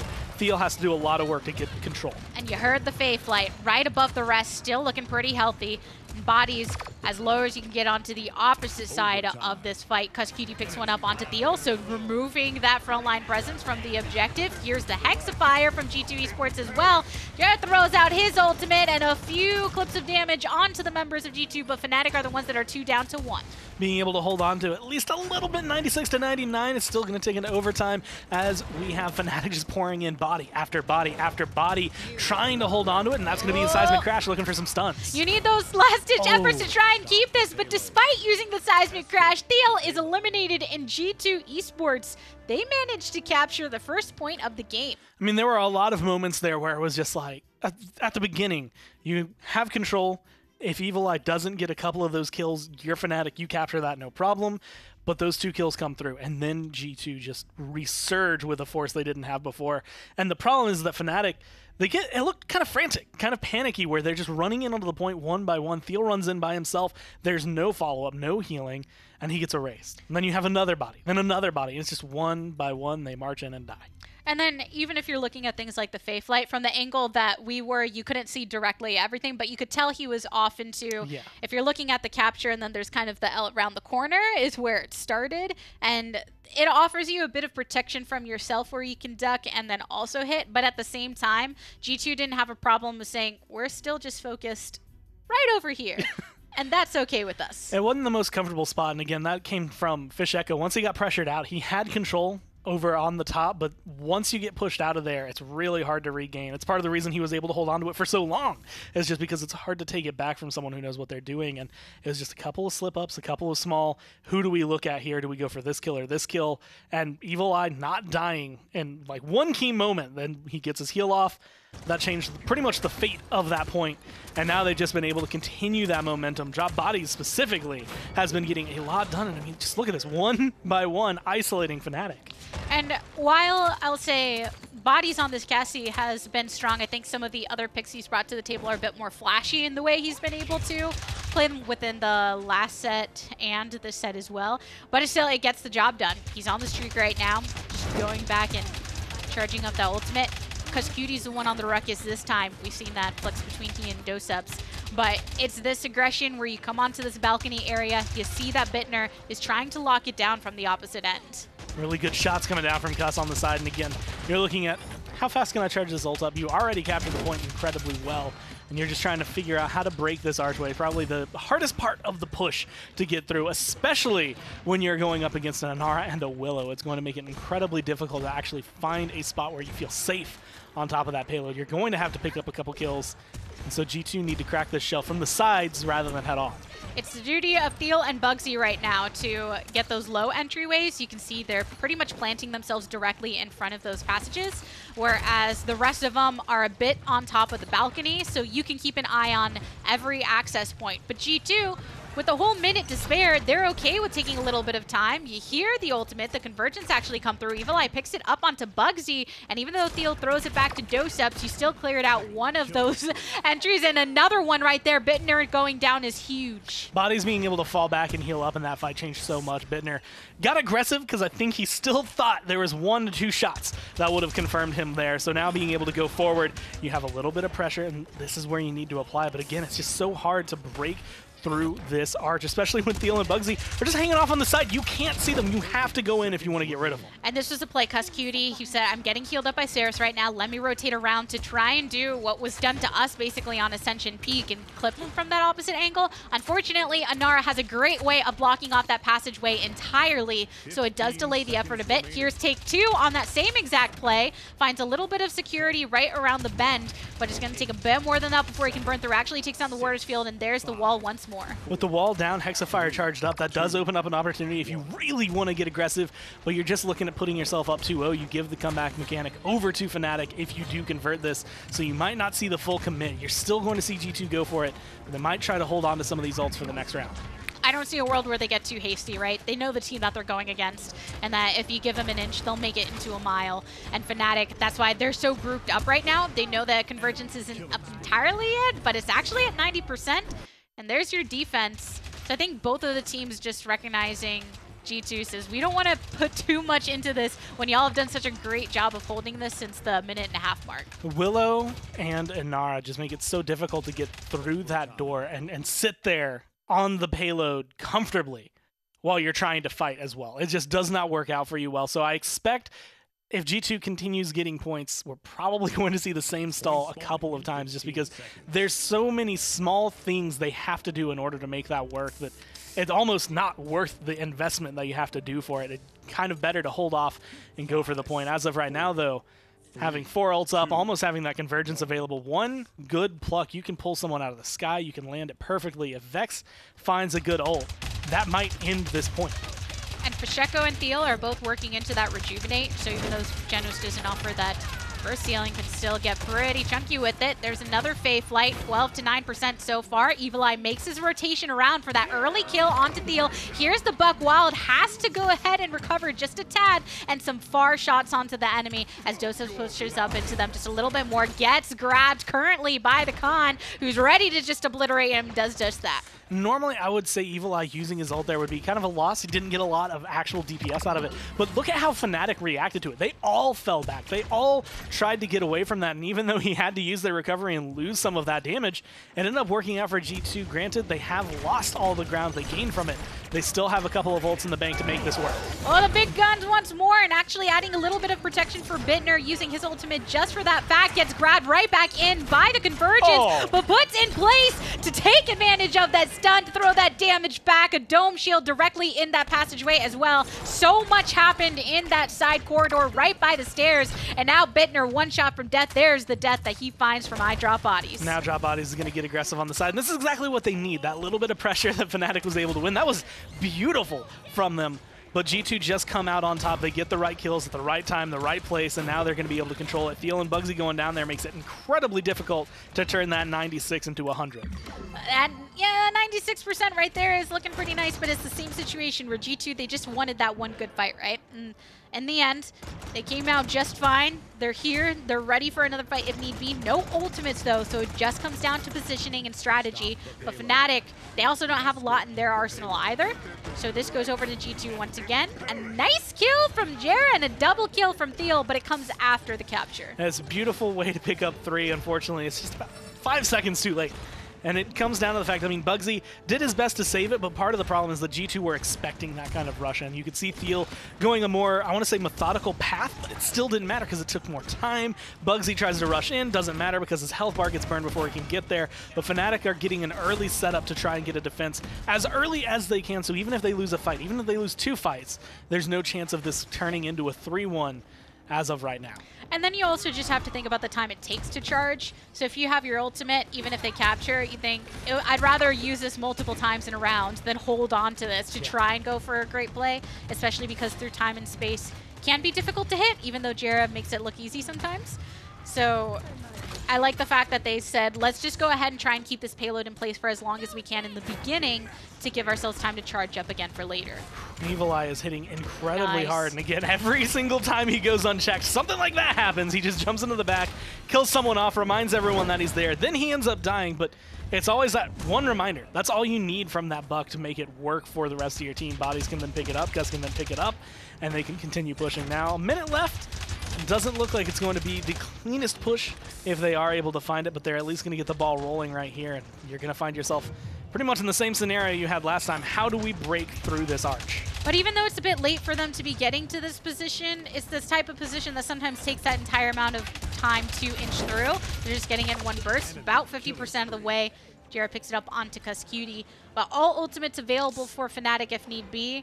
I think the way that they have been able to position, though, on that defense as they displayed during the first round saves them from having to use a lot of the ultimates that other teams would maybe need to rely on. Right now, the only ult not available is Scout, and I expect that that's probably going to stay true into the next round again. Most of these teams, specifically Fnatic, but G2 has been doing it a lot, where they're just going to hold on to it. They recognize whether or not it's going to find a lot of success, and with Sheko hitting shots like this left and right, the health bars on G2 do not have enough to give them that push. Oh, I'm still pushing on forward, but you lose one for G2 Esports, and Fnatic taking to the same exact angles that they did previously. Doseps cannot escape from the seedlings or any hits from Thiel, so it's another defense for Fnatic. Being able to come through, there was so much that G2 did right. Again, around the point, they have a lot of control there, and as long as they can continue kind of this route, once Evil Eye gets a kill, it really does set them up to keep rolling. It's just whether or not Fnatic can read that early on. That time, I feel like they lost it a lot quicker just because there was a lot less focus on Evil Eye. Once Buck was able to start rolling, everything went. They gave up a lot of ground early on just when he pops his Buck Wild, and it creates a lot more trouble. He's only 11-7. He's not doing absolutely stellar, but he's doing enough, and that's creating so much trouble on the side of Fnatic. I think it is enough of an impact where there are some moments he has been playing great on this Buck. Yeah. And the pressure he's been able to apply, there are times of that capture where it was solely off the fact that he was able to get a couple kills and then say, I got you, here's the space you need, go, rotate. And now they're looking for another take onto that. Fnatic early rotation, and early pickup onto Cuss as well. But G2, if we know anything about them, they're okay with trying to make it back in the second half of a capture. Eliminate some of the early pressure so they are able to get a little bit of percentage overall. They have twice what G2 has, but that's not going to be a lot. That's going to be Fasheko popping the ult and going up in the air. Right here in the side Cathedral, nice shots coming on down. Really blasting him away. Gets the kill onto Evil Eye, and that may be a... Sometimes that's all you want, right? The single kill onto the biggest threat on the opposite team. Interesting place for him to take to the sky, though. But G2 Esports, they still had everybody else able to go and rotate and keep the 66% climbing. Fnatic force a lot of cooldowns, but unfortunately it does end up kind of going the way of G2. Still having Hexafire in the Dome Shield. That's a lot of point control. That makes it hard for Thiel or Bugsy to actually sit on this point and feel comfortable about it. That's 90% picked up for G2. And a Dome Shield says, don't come this way any farther. A nice wall from Thiel. He hasn't had to step off just yet, so that 90% is staying exactly where it is. A nice long shot from that through time and space, but Cuscutie gets a little bit of revenge onto Bugsy to get that kill. Eventually, Doseps falls, and this is Fnatic's opportunity to bring themselves back into this capture. That separation of the fight, and you can kind of see while Doseps was looking around, there was no one from G2 being able to help follow up with that damage. It was only him, and Barrick, while he can output a decent chunk, it's not going to be enough to take down Inara by himself, and just not enough control. Now 81% for Fnatic, and they've got the high ground once again, and now going to be able to take up into the air one more time. 93%, still climbing. There's Kuskidi with another ultimate. Enlightenment attempt to get him, but he actually manages to escape over to the sideline. Fnatic once again in the air, throws down the seedlings, comes back to the ground for another hit onto Dosubs, attempting to clean him up. And finally, he goes down with a hit of Bugsy. It's a 2-for-2 trade so far. Overtime, 99% on both sides, but there are teammates from both actually standing onto this objective, and it is a bloodbath indeed. A grab and a throw. Bugsy gonna be just barely alive, but that shield is doing so much in terms he uses his ult as well to create some space. Theo is back and standing strong as he can. Unfortunately, he's still left alone, and that's gonna burn him down. On the wind-up, Evil gets the double kill off the back of that one, so G2 Esports capture another point, and they're up 3-2. And it just feels as though they've kind of staggered Fnatic to the point where they don't know how to approach this fight. They aren't regrouping the way that they normally do. They're going in one by one. And there are times where that is absolutely appropriate. Bugsy playing the way he just did saved that point for as long as it did. But Theo going in didn't have anywhere near the kind of survivability, gets burned down, and no one's able to take his place. And G2 just seemed really hungry for that point where you send in the support, right, Vexu? A lot of times that ends up just being a sacrifice for delay, but still stayed alive, and Dosubs was able to rotate in time as well. And now, off the back of that, about 50% push just under with 1 minute and 40 seconds left. Fnatic get a few kills for themselves. The glorious thing overall for Fnatic right now is the fact that if they can get a defense here, which is very big, they need the defense here if they don't want to go down one map. They have been able to go forward. It doesn't matter how the first three go. If you can just reset and try to come into this mentally kind of refurbished into the last point, try to pick up what you haven't been able to do so far. I feel like a couple of those enlightenments, while some were used just for the sheer protection aspect, other ones just missed because they were kind of long shots to begin with, or there, when you're not going to clean up with your enlightenment, it was just to get a chunk onto somebody, so you don't get that 50% back. And yeah, there's other parts of Leon that really make her the pick that people have been enjoying, but that's a huge utility that most of the time when we've seen it just hasn't gotten the value it needs. Really good shots coming down from Fnatic one more time. Bittner going to be able to clean up 2 of the kills, but it is going to be on the back of a lot of the blasters. They still lose 3 overall in the engagement. Evil Eye responded with 2. Cuss picks up 1 of his own. It's just so difficult to hold as Fnatic. Oh boy, more big guns. Bugsy getting a little bit low with a slight healing from Genos, but it's not enough once the shield ends up falling. Another Buckwall, 36 HP, luckily able to heal up with the help of Saris, and rotates back around. Finds a couple members of Fnatic waiting to get slid with that damage, but also a Fae Flight for the time being. Added a little bit displacement for Fnatic, and he's throwing his shots from afar. Nice grab to throw Evil Eye right over the edge. Unfortunately, they did make it past the archway, and that's going to be good for G2 as long as they can stay alive. They have 3 members standing around, but one of them is Vex, trying to keep everyone alive. Losing Dosubs there might have just lost them the hope. Cuss not able to dash in, Vex not able to go in. Just a couple of kills, and again, I think getting rid of Evil Eye, he's worth the ult. And speaking of ults, 1 up on the side of Fnatic. G2, though, it's going to be quite a bit of time. The closest one is Scout, but, I mean... Do you count it? Yeah. It's not really the one that's going to win you the fight when you're going into the last possible point of the game, 3-3. I feel like Bittner is running like a fusion of the Leon builds that we've seen over the last couple weeks, where it's just coming down to the fact that heraldry is really good if you know you can hit your presence consistently. Of course, again, a lot of these players, they're going to hit it consistently. It's going to keep that cooldown reset so we can get a lot more damage off, but also has the Manifest Destiny in there just to have that extra little bit of dash room so he can get in, get out whenever he needs to. G2 Esports have captured every point so far, and it sucks as a feeling when you get the first 3 and then lose the last one, so I'm sure they're going to be doing everything to avoid that. 18% to 9 right now. Some domination from Fnatic into the side stairwell, but G2 Esports, they know that, so they're actually trying to keep themselves out of those lines of sights and rotate in. Evil Eye, though, that's a problem. No healing within that dead zone, and backs off not in time. They end up trading it out, though. Does get rid of Fnatic, Bittner as well, so it was 2 for 1 overall as Bugsy looking to try and get aggressive on the side, but it's just Bugsy. So many dead on the side of Fnatic, 63% for G2 Esports, and they know exactly where Fnatic are coming from, so even though a couple of them have spawned, it's going to be tricky for them to get back into this fight. 90%, and G2 Esports feeling pretty good about this. They get the point, they get the game, and pull themselves ahead within this set. A lot of dismounts very early on towards the tail end of that, and then just control. Keep them held back, and that's exactly what they did. Again, point control was perfect for them. They were able to do it not only there, but they did it the entirety of that map, and it's what won Fnatic their first map. But so far, they haven't been able to find that success. I mean, even when they find that defense on that map, it just didn't feel like they were really accomplishing as much. They were just holding G2 back. In the same spot, pretty much, each time. And G2, I really admired the way that they're approaching these games, because the majority of their wins have been these long haul, not as just quick in succession. So they've been keeping a level head. They've been keeping themselves into it with the objective in mind, and not making some of those sporadic plays that have been the Achilles heel of some teams in the past in this LAN environment. But that was game 3. I'm super excited about how everything is just going back and forth between them. Desk, go ahead and break that down for us.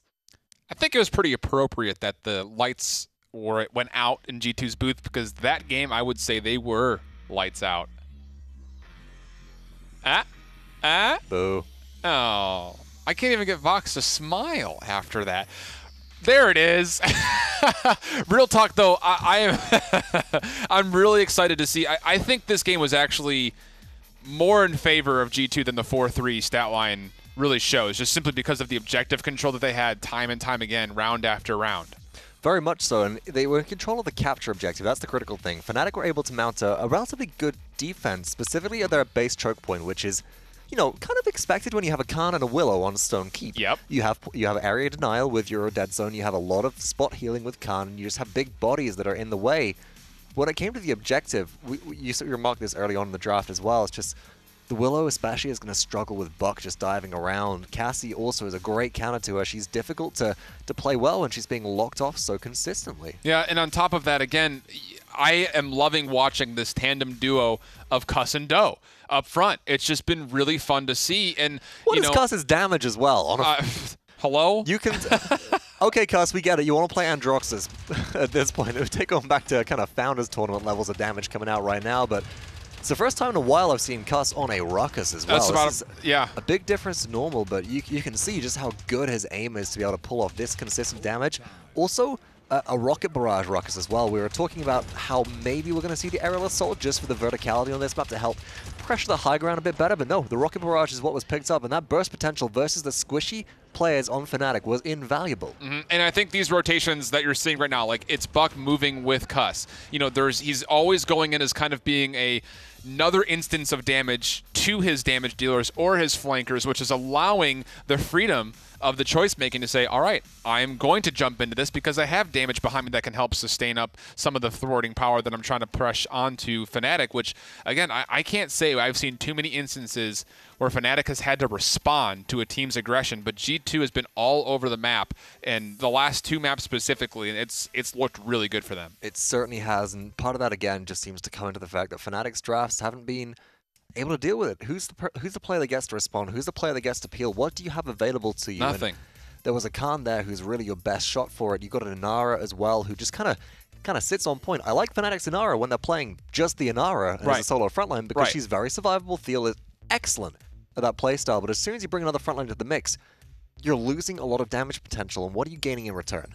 It doesn't feel like much, because again, if Khan is the one that has to come and help peel for you, you're relying on one of 2 things. Number 1, a good commander's grab, which is rare. And number 2, if you're using that battle shout as a heal and not as a way to bolster damage pre-fight, I think that you're losing a lot of the efficacy to utilize that champion the way he's designed to be built, which is a kind of pushing support frontliner. Mobile buffer as well. And if you're using especially that battle shout before you engage, then the cooldown is just long enough that if you take a lot of damage, that's not up when you need it. So it's this horrible kind of situation for Bugsy to juggle cooldowns around when it's most effective to use it. And do I need to hold this in a tank? Is Buck going to suddenly pop up behind us? Do we have to all of a sudden hear that kind of freight train coming through and going, oh no, and have to back off away from here? Right. But also positioning wise, I like the fact that frequently we saw G2 going in pretty aggressively into that cathedral area. We remarked early on about, hey, if you want the Willow to succeed, you got to control that high ground.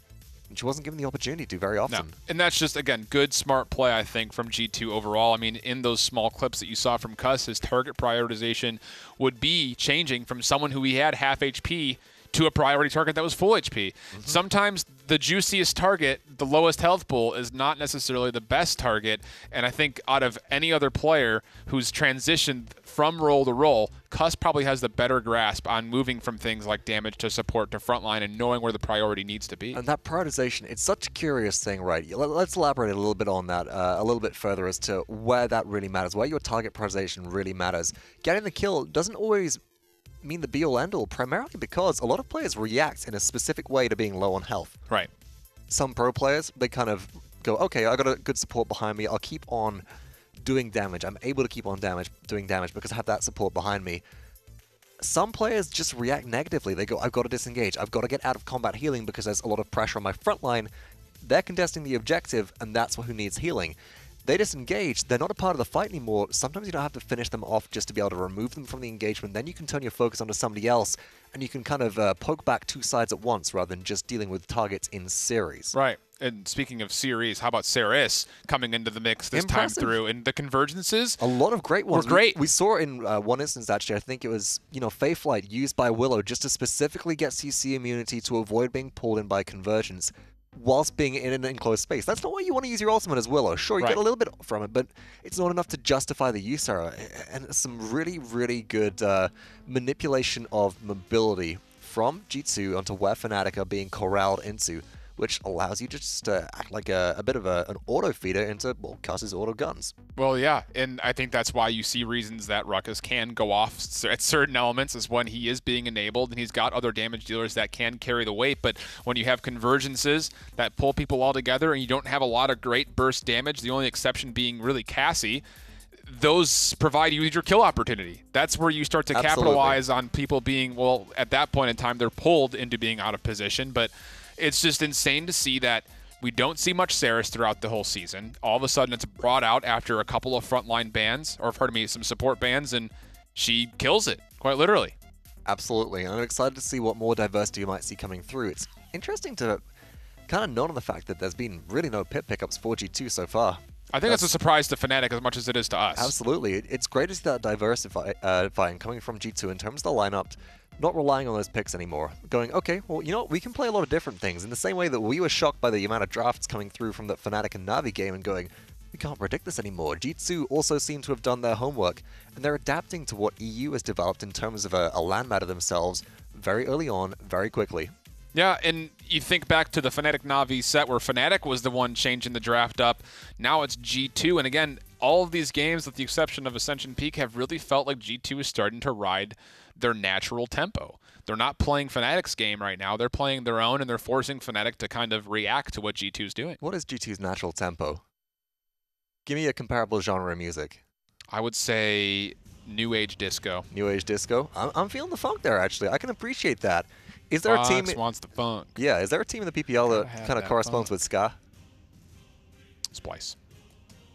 5 DPS conversation. That is perfect. All right, I can finish the day happy now. And G2 are looking to finish out pretty early right now. Fnatic, though, first pick, first ban after they lost that game and elected to take this set to Frog Isle for the next map. Take away Kinessa immediately when they dealt with it very, very well in the previous set versus Na'Vi. So Snipers have not won a game yet today. Look at this, G2 with the Ash ban though here. They've done their homework. They watched. They also watched what Ambi did with this Ash on Frog Isle. Ooh, that was a scary game. Yeah, that was, again, that caught me by surprise when they picked it up the first time here, but it was obviously very efficient when it came to distraction, disruption, and general ability to peel. It was really distraction as well more than anything else, I think. We saw it used by Fnatic with specifically Battering Ram as the talent there, rather than Slugshot for that extra poke at long range. So I'm liking the ability just to get the damage reduction online versus a low CC comp and just go, all right, try and shoot me. You can't kill me. This is going to be interesting to see. I think if you're G2, I think you're going to be okay if the Strix goes. I don't know if it merits a ban, just simply because, again, I might be wrong, but I don't think a sniper. We saw Kinessa once, we saw Strix once. I don't think either of them won games earlier today. I think that there was that Frozen Guard game where we saw Strix, and Bodies was performing particularly well on there, up to an 11 streak at one point. But still lost the game. Still lost the game. Yeah. which is critical there. I think that if G2 give up Strix here, I mean, who's going to play it on Fnatic, right? We've got maybe Bittner. Maybe Bugsy. Both of whom are known for their sniper gameplay, but I don't feel like that's where we're going to go here. Fnatic, they have some options available for themselves. It will be the Buck first pick.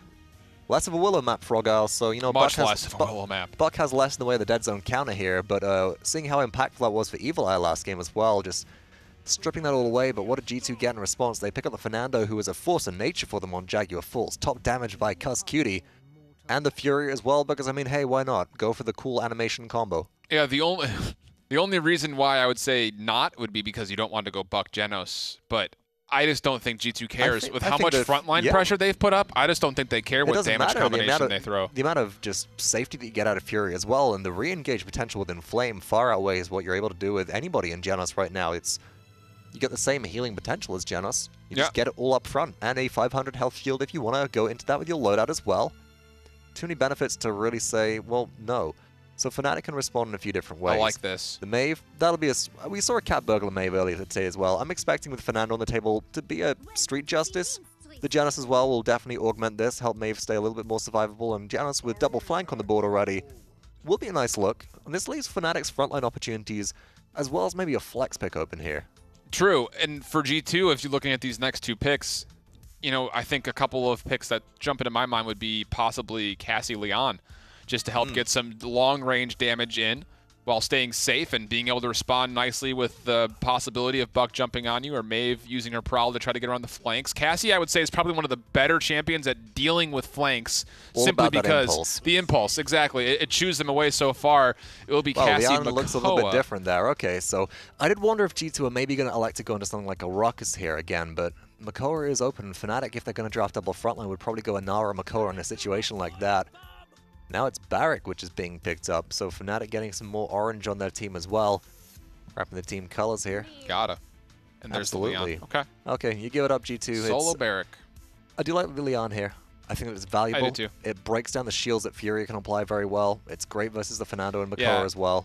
It's your Death and Taxes plus Wrecker. Yep, pretty much. You know, it's a two-fold champion going into the face of a Fernando Makoa. I just don't know if it's going to be enough, though. Like, I almost wish that I would have seen Bomb King come through maybe instead. I don't know. I think that the early anti-heal provides you with a better rebuttal to Furia than Bomb King does, just in terms of shield kill breaking potential. Yeah, and you got to remember that those personal shields won't allow you to stack up bombs on anybody that Furia is protecting, so you're kind of forced into royal subjects rather than the detonation potential of chain reaction. And G2, on the other hand, they can go, all right, well, we've picked up the Cassie to deal with your flanks coming in, and if you do jump on us, I'll stick 2 bombs to you, and bye-bye goes Buck. Where would you put the win condition for Fnatic, and where would you put the win condition for G2 here? Fnatic, I'm honestly going to say that it has to be flank execution. I think that if Maeve can get in and get out and actually stay alive in these engagements, it's going to be pretty well. But G2, for them, honestly, pretty much the opposite. Shut the flanks down. It's all about, can you maintain that distance between their flanks and your backline? Flank first space. We're going into game number 4 with G2 up 1 map. How about Gabby and Gore take this one away for us? The nail on the head right there, where, yeah, if Buck and Maeve can do their thing, then it's going to be difficult for G2 to surpass that oppression. But at the same time, if they take care of those early, then... And I feel like G2 kind of drafted very well in order to take care of those. This is one of the things, like, Fernando, you can run him on pretty much any map. Furia, I'd argue that maybe there's some maps that are better for her than others, but this is going to be one that's going to be good for her. She's pretty much going to be solid all around. And then you picked up the Bomb King, a lot of things that can kind of corral and keep Maeve and Buck from being able to establish themselves the way they want to. They're going to have to play a lot more carefully. Cassie's just going to be able to clean them up if they're too far away. So you're looking at, to me, Fish Echo to try and open up that space, Theo to open up that space to let Bugsy and Bittner in. That Makoa pick went down much farther in the draft than we're used to seeing him. He wasn't banned away, yet didn't get picked till the middle.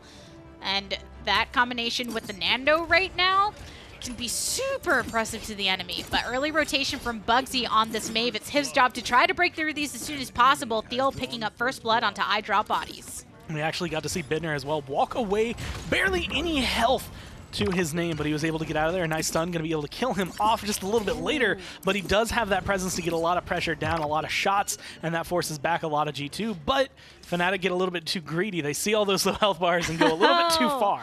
Barely alive this Furia was, and that's what encouraged Fnatic to go for it. And then by going for it, they all ended up dying because they themselves had low HP bars. So even maybe it was the low salve, all of them managed to last throughout a lot of it, but then eventually got taken down. So G2 right now, 66%, going to stop right there for the moment as Fnatic attempt to make themselves known once again in this capture. As of right now, they're having issues trying to figure out where they want to go. Maeve coming around the side, actually finding a good target in Bomb King, but not able to quite take him out. They get rid of Evil Eye right there, and they've started to separate G2, and I think that's exactly what they needed to do. Stop Vex from being able to find the heals to keep them alive and force them to take a fight somewhere else. Ooh, ultimate ends up going down right after. That is a team wipe in favor of Fnatic, so this should be their point currently. Capture it, and Bittner is getting super aggressive with his positioning so he can dismount as many as possible and keep them locked in alongside this barrack. Shoutouts to Bugsy. Being able to come through, find 3 with the way things were going. And again, good positioning coming down from him and Bittner is pretty much what you need. Anything that opens the pathway for them to get in sets him up. Almost has Midnight available, is going to be able to go in and get aggressive if he needs to. And this is pretty much the setup you need as Maeve. He's not going to find, I think, as much overall right here, but just good angles and good flight control. Just as important as capturing was Fnatic's early rotation. So it's up to G2 to try and break through that rotation and allow themselves some breathing room. They end up losing 2, but do get the pick onto Bugsy. But he's not the only one that's been threatening right here. Theo has been rotating around this rock for quite some time now and consistently getting the heals from Jera. And it's very difficult to try and break him down. Not only breaking line of sight, but being able to use his barricade as well as his turret. You're not going to hit Theo 9 times out of 10 in that kind of scenario. He's going to keep himself healthy, and that forces you to put yourself in a very upsetting position. Right now, already more ultimates coming through. Immortal, a nice long jump from Bittner, looking for this Catty to finish off, but ends up taking a shot to the face from Vex. And Fisheko on the Leon has his sights set on Cuzcutie, who's at about 30% of his HP, but forced to back off. The pressure that G2 has been able to apply, as long as they can hold it properly, could hold back from that Fnatic, but they have a minute that they have to be able to hold on to it, and they have pretty much 2 angles they have to keep track of, specifically watching where Bugsy goes, trying to keep Bittner down. As long as they can keep those 2 kind of locked away, they find their success rate raises immensely. Fisheko's been getting some great poking right now, and from a long enough distance where as soon as he gets a bomb or something on him, he just graces backwards and allows himself to heal up once again with Jera's help. So now you're in this last 35 seconds of this potential push before overtime. 3 ultimates up for G2, and Fnatic, I'm sure they would like to hold on to as many of theirs as possible, but they're still managing to keep themselves on this objective. They've used Midnight, which is relatively fast charging as it is, but it does take something that's relatively big off of the board. I mean, being able to shut down what your opponent can see opens up a lot of avenues for you. But Bugsy not able to really follow up. Not a lot of roads that are open for him to actually get in there. G2 have to make a mistake in order for this to go their way, and with 8 seconds left, even a mistake might not be enough. That's a long hook, and Bugsy has to say bye-bye. Of course, with that mobility, doesn't have to hop off the edge for safety, but still, it's enough for G2 to buy enough time so they can get that defense. This was Bugsy being able to come in, right place, right time. A lot of low health bars for him to capitalize on, but it was just perfect for him to go in. And it's in that moment where you could see everyone on Fnatic kind of corralling them together. Just like, okay, we're going to lock you in this cage. You're not going to be able to get out. We're going to take the point from you. And it's G2, I want to say, just getting separated right before that engagement happened. So it was split up 2 and 3. 1 goes down, 1 goes down, and then 3 fall down. They just didn't have what it took to be able to withstand that kind of onslaught. You can only respond so quickly, and as soon as you notice that 2 of your teammates are down and you yourself are low, and you look and think, oh, the other 2 that are alive are also low. Oh, we're kind of surrounded right now. So at least they're able to regroup because of the quick succession of those kills to position themselves for the defense as much as possible. And now we're into round number 2. Vex and Cuss picking up some early kills. Joseph throwing out his ultimate. And trying to sing away, see if he can find Jera. There's another one. A nice team effort as Fnatic have only Bugsy alive, and he is way far away from this fight, so G2 are going to get a heavy impact on this point. And what G2 did better than what we see a lot of teams do in that kind of scenario is how slow they got all of the kills. They get every single person down, but they don't burn them too fast so that you can get a regrouped Fnatic coming in pretty much right afterward. They have to come in staggered, and even with a Dome Shield, I don't know if it's going to be enough to really let them regroup. They do manage to get a couple kills off the back of that, but they do lose to themselves. Even though Dosups fell, he was so far into that backline for so long, and iDrop Bodies some nice healing just in time so he could get the last hits needed for that elimination onto Fisheko. 99% overtime is completing, and G2 Esports pull ahead 2-1. That time they were able to make the hold that they kind of lost during that first point. Once they were able to kind of push back Fnatic, they were pretty much set for the rest of that. Now being able to hold it, maybe a little bit too aggressive from Eli and Dosups, but they get the payload rolling. Even if they have to fall back just a little bit to regroup, they have what it takes to be able to take this area in control. It's not the same fashion as Fnatic was able to follow up on their capture during the first round, progressing so far forward to try and lock them in the spawn as much as possible, though they didn't even get the point off of that push. So G2, they're not going to panic just yet. You have about under 2 minutes to try and get this. And Bittner, he's trying to do his work by staying as close to the payload as possible, and anyone that attempts to step up to it just rains some shots into their face. He's in this unfortunate position again. Him and Bugsy kind of need the space cleared for them. They aren't going to be the best at clearing their own room. Maybe in these 1v1s you can try to find a little bit, but again, you're looking for a lot, and that's not going to work out if they both happen to keep track of where you're going. There was one that you had your sights on, the other one wrapped around the corner, and suddenly Bittner was no longer in a 1v1 like he thought he was.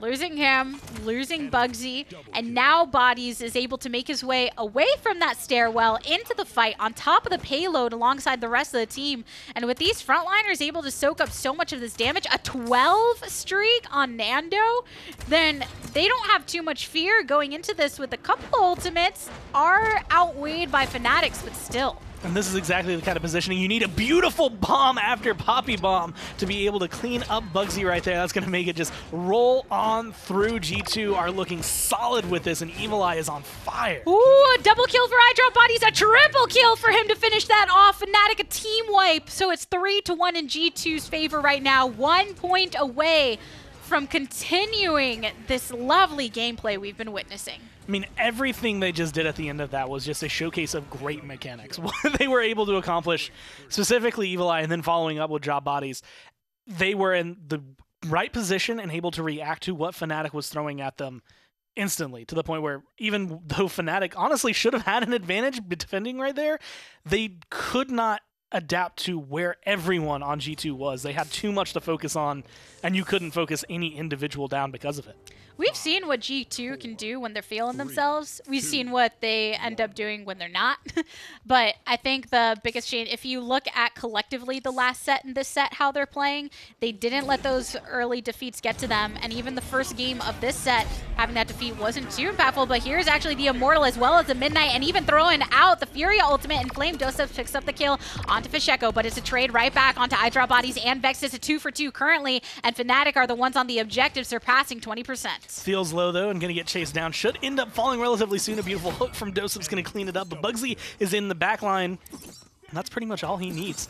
Set up, has his pounce available one more time, but actually going to get taken down at the tail end of that. Literally 1 health coming down from Evil Eye, but he had what he needed. Little bit of trouble, and Fnatic, they got that 35% with the comeback mechanic, but G2 Esports, they just surpassed 50. They have their entire team here. Granted, no ultimates for themselves, but there's the Enlightenment. Gets popped into the face, though. iDrop Bodies says, I see you, and I am going to delete you. A nice hook onto Bittner. One more shot from Death. Here's a Dome Shield, the last ultimate available for Fnatic to try to keep themselves in this fight, but is it going to be enough? Unfortunately, you're going to see Theo go down, not able to find any kill or that much damage off of it. G2 now starting the line as they push back. That's 93% and still rising. Oh, 99%, and that is another victory for G2 Esports. Pulling ahead once again.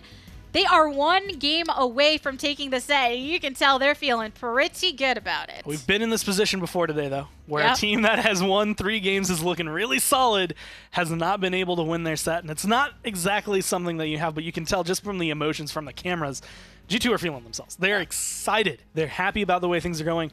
Fnatic, not so much. But the thing I like is I always love the show out of emotion, right? I love the trash talk and everything. But I do appreciate that right now they're definitely happy about their performance, but you can tell they're still calm and collected. They're not getting ahead of themselves and thinking, oh, we just won 3 games. Now let's just put another one in the bag. You can tell even with Kyle walking behind him saying, okay, now let's get into the next game. What do we have to do to try and close this out completely? And I think that's the mentality you need to have, because, I mean, the last time that it just burned into my memory that we got to see Cuss really kind of come through was telling Fnatic, you can't kill me, and then they did not win for the rest of that tournament. So it is in that area where you really have to be careful, I think, when you kind of throw those emotions out.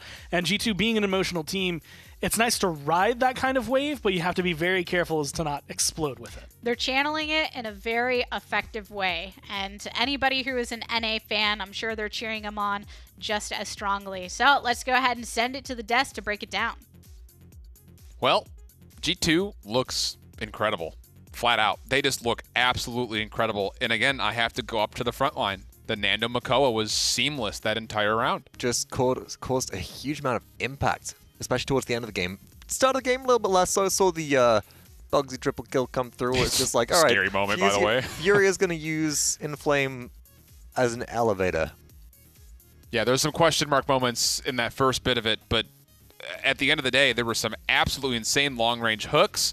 There were some exactly crazy long-range bombs that stuck on. I mean, everything seemed to be going right after that first point. I've said this before. Evil Eye makes Bomb King, like, watching Evil Eye play Bomb King is offensive to me. It's like, how do you have magnetic sticky bombs? I've been playing Paladins for as long as you have, and I still haven't figured out where that setting is. Well, if you find it, can you tell me? Because I'm terrible at Bomb King. Terrible. No, it's impressive to see him, but Bodies on Cassie. I mean, we've made the remark, when things are going well, Bodies plays well as well. He's the litmus test for G2, and indicative of that last game seems to still be very much correct. Still this coming through. Nice blast shots coming out to be able to connect onto a lot of players. Do that burst damage against the flanks, and kind of pulls back into that initial prediction we said, where the win condition for G2 is, can they control the flanks, which Fnatic will be sending towards that backline. And I just have to say, I really think Cassie is the anti-flank damage dealer right now. I mean, just flat out, she does so well at responding quickly, not only because of the mobility to use that dodge roll to kind of sidestep some shots, but if you can connect a left click and a Q, that's 80% of every flank's health pool in an instant. Maybe the exception of Buck. Also, shout out to that beautiful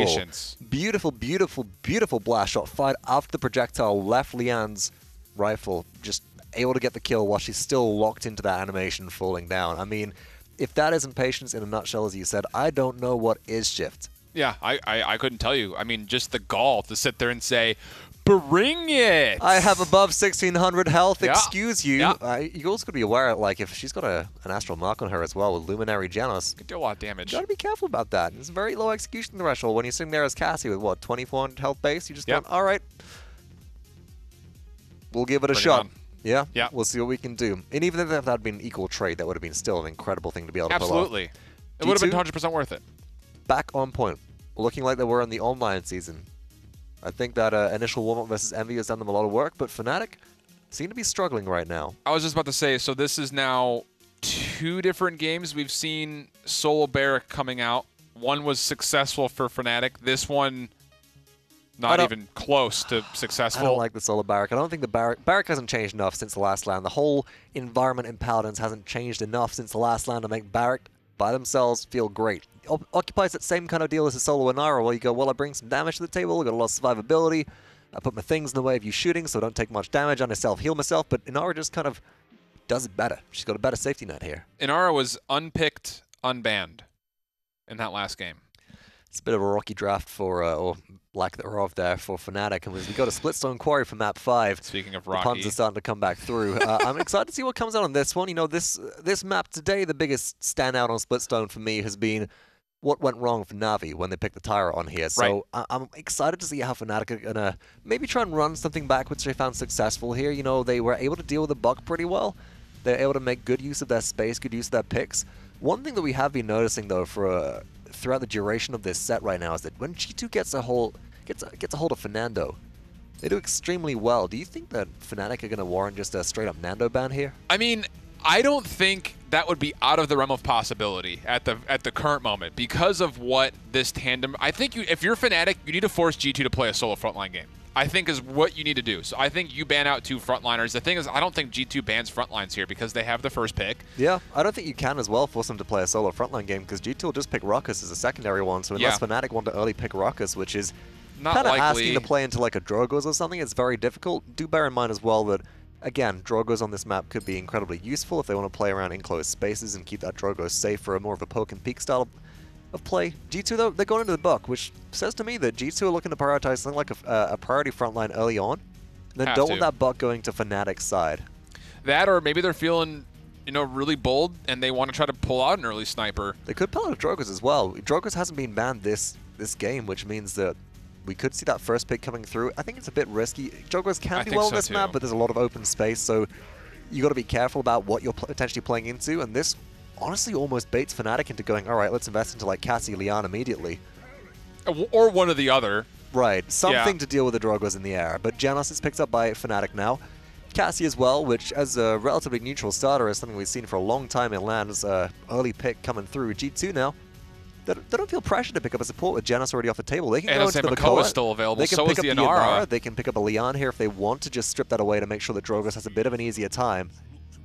They have a lot of options. Doe looked great on Makoa last game. He was hitting, you know, not necessarily by his perspective from his player camera, but he was hitting some long-range hooks that converted a number of kills. And again, that's the star-studded performance you expect and really is kind of, you know, placed on top of when you see a Makoa. You expect big plays. You need to have them happen. Otherwise, it's essentially a 4-on-5. Pretty much. Now, Fnatic, in order to be able to play into this Makoa a little bit better, do you think that they might want to elect into a double frontline and pull out the Fernando and the Barrack or something like that here? I think it's possible, but only if you're really committed to getting that Fernando's damage online like G2 has. I think you need to see Fernando being really mobile, really flank heavy, and trying to shut down routes. So G2 is cornered more than they have been so far. You do have to go into the Fernando here. It's a Drogoz on the enemy team. If G2 get Drogoz and Fernando, well, for starters, either one of those is scary by themselves, but enabling a Dragon Punch to be able to be pulled off for free, even though it uses 2 ultimates, is a scary prospect. G2 then last 2 picks coming through. Drogoz, Makoa, and Lian prioritized so far. I was about to say, I'm not surprised if I see a Pip here. The hover Pip has come through. Willow is banned out, so Pip can be played relatively effectively, and a Maldamba is hovered as well, so possibility of double support coming through would obviously be more of a damage-orientated Pip, because I don't think we're going to see a Bakono's Wrath Maldamba come out here, folks, but would be a nice one. It would be fun to see. Pip is locked in as well. I think at that point, it's do you go Pip, do you go Bomb King, do you want to run a triple DPS with some more blast damage, and Pip's slows, especially in combination with something like a Fusillade Rocket, are very, very scary. Or hooks. Yep, absolutely. I mean, the combo potential of mini stuns and slows off just Makoa, Maldamba, and Pip alone, it can those little things can... Blimey. Yeah. You can be getting some really easy pulls off if a mini stun hits or a slow hits or vice versa. I say blimey because it's Victor who is locked in last. And honestly, this is an interesting one. There's a lot of viability that comes out of Barrage against a team which has Drogoz, Makoa, Lian, Maldamba, or Pip on it. If any of those stand still and they're in this big open line of sight of a Barrage coming down, you're at least going to force some movement ability out of them, which is pretty big for your follow-up engagement. Cassie can lock them down, Fernando can chase after them, and also just the area denial that comes from your frag grenade could be useful at trying to force people out of that kind of under the bleachers area that you talked about before when we saw a Splitstone game previously. Yeah, it's a nice combination of consistent damage plus burst damage. Also, who's going to flank him, to be fair? Nobody. And you know what they say? You cannot spell victory without Victor. At least that's what Fnatic hopes. They are down to their last life. Can they pull off the big reverse sweep? It's going to have to happen. Let's see what goes on here in game numero 5. Well, if you spell victory using Victor's actual name, then you're spelling victory wrong, because this is with a K. And then if you're in a spelling bee, you fail, and you don't actually find victory. That's where the real competition is, Is that where we were supposed to go with that? Because well, everyone, I was on a completely different train of thought than you were. This is the time to test your spelling abilities while you're watching. Don't do it. This could be the last game of the set if G2 puts it home, but very interesting arguments for both of these compositions. Victor making the first appearance of the day. I did not think it would be an EU team to pull out Victor first. I Yeah, really we didn't. have seen Bittner with them. True, and he's going to be the one playing it this time around. I think he has a lot going for him, and it's going to be different. We're not going to be looking for more grenade-style play. He is going gunnery, so looking for that kind of long-range poke. We have actually seen some pretty sick play from him on this pick, and if you are going for a bit of that long-range poke on a map like this, where this is exactly what you'll see, raining a couple into the Mako from afar, Fnatic sending themselves to the objective nice and early, and G2 are just waiting for their in at this point. Nice hook. Going to be able to get at least a little bit of displacement onto the field, but then the shields come through and no one's going to take too much damage in the process. This is going to be very difficult because you can see both of these teams setting it up so that anyone who stands on the point is going to get burned down relatively quick. Dosups, I want to say his shield having that circular cover is going to make it a lot easier for him, but unfortunately he just doesn't have it up right now and is taking a lot of damage. And that's why you need as much healing as possible. First Blood going over to Evil Eye to take down Bittner exactly where he is, but Fnatic 30% to this 30% on the opposite side for G2 is pretty tight right now.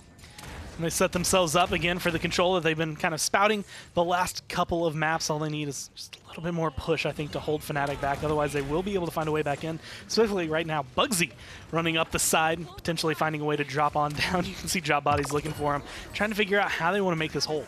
84% for G2. Nice healing. Cuskutie's back on this pip and eliminated by Bugsy currently. So at 2 down, leaves a little bit of an opening for Fnatic to make their way back.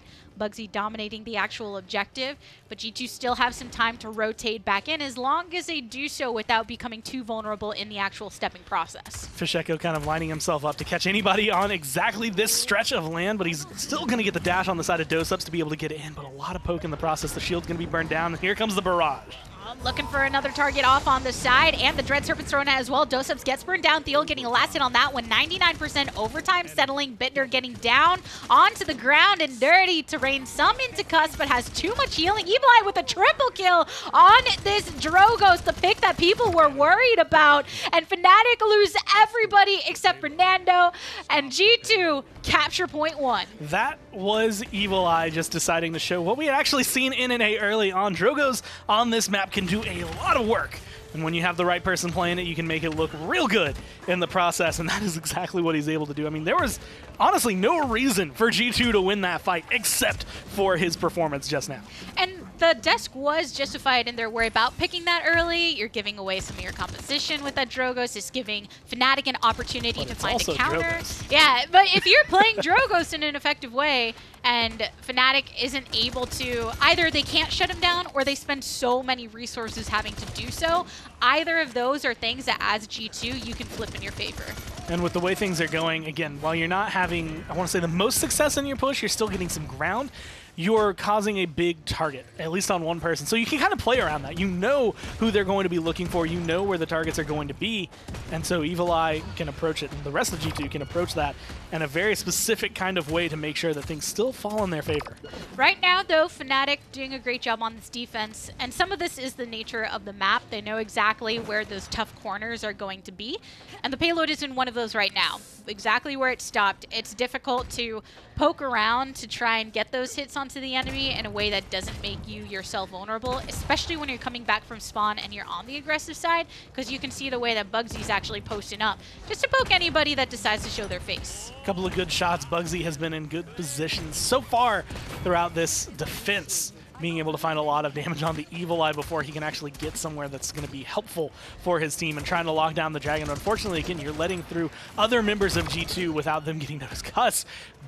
I want to say barely, but honestly kind of solidly getting eliminated there. It's just hard when you're getting some of the hits from these arrows and then a couple of these slugs, and then you just suddenly find yourself at below 10% HP and think, where am I going to go from here? So, and it's funny, Dosups is 0-3 right now, but I still think he's been very effective as far as just his objective control, landing hooks when he needs to, so sometimes those actual stat lines can be deceiving. Your slash lines, I mean, not looking good for G2, but when it comes down to the way the game's being played, they had the objective. That's all they needed. The 5 kills on top of Evil Eye are really the ones that mattered the most, and he was able to get them in the right time. A nice hook right there. Might be able to find a little bit more, but again, Dosev's just getting eliminated. It's just hard. Even that health bar on Makoa, you've seen how quickly it's been burned down in some of these scenarios. 3 for 2 right now. G2 Esports continuing to lose a few of their members, but Fnatic do as well. Cuskudi attempts to make his lock-in through, gets gripped up in the air, has enough healing available where he's back to full, and Bugsy wasn't able to finish him off, but attempting to go ahead after this Vex, who's moving into that side cubby and managing to dodge some of this Bugsy's into a little bit of a pickle here as Evil Eye finishes him off. Cuss's aggression right there, being able to keep this in overtime and kind of move forward, the two of them dancing around on G2, allows the team to not only regroup, but get back and make this push go from what looked like it wouldn't happen at all to 3/4 and coming around the last bin. If they can keep this kind of control up, they might be able to convert this. You're absolutely right. That survival of Pip was crucial to them being able to make it this far on this push. Overtime is still going. Evil Eye chunked down low enough where he has to hide for just the time being. Drop bodies from the opposite end. Thiel gets eliminated.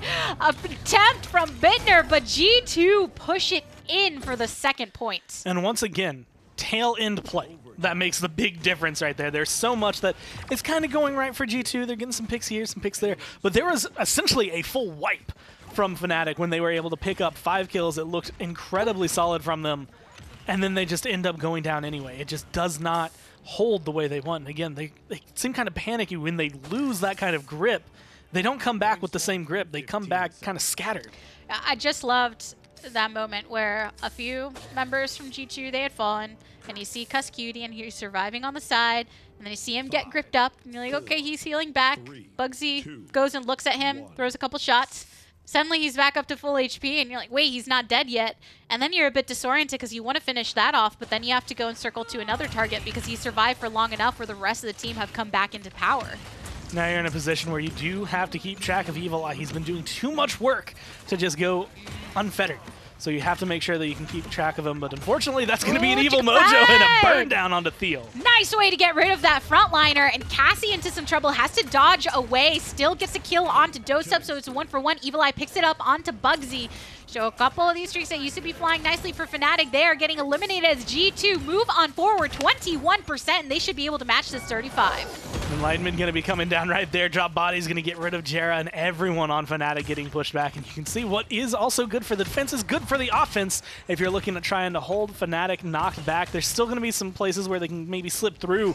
But G2 are holding onto it. Now with the Dragon's Punch, they're looking to get rid of at least one front line. Right over the roof and into the back. Unfortunately, unable to connect completely, but there's a Dread Serpent directly onto the point. 96% lose out on Thiel once more. G2, another and another, but Doseup, he throws that Ancient Rage just to keep himself surviving, just to keep himself swinging away, and a double kill for him onto Bugsy and Bittner. That 99% should be able to hold for a decent amount of time, but Fnatic are going to gain a little bit of control as the double kill goes to Jera. 2 missed shots from Doseups there really could have been the difference, but being able to stay alive, at least for a little bit, allows Fnatic to come back in and have some control. Evil Eye is back, but he doesn't have his ult, and he doesn't have a lot of follow-up from the rest of his team, so he ends up going in one-man army style, 99-99. They're still going to keep the overtime. And that is just in the nick of time as well, but Doseups, I think he knows he's going to get burned down really quickly, and Fnatic, they just needed that last moment.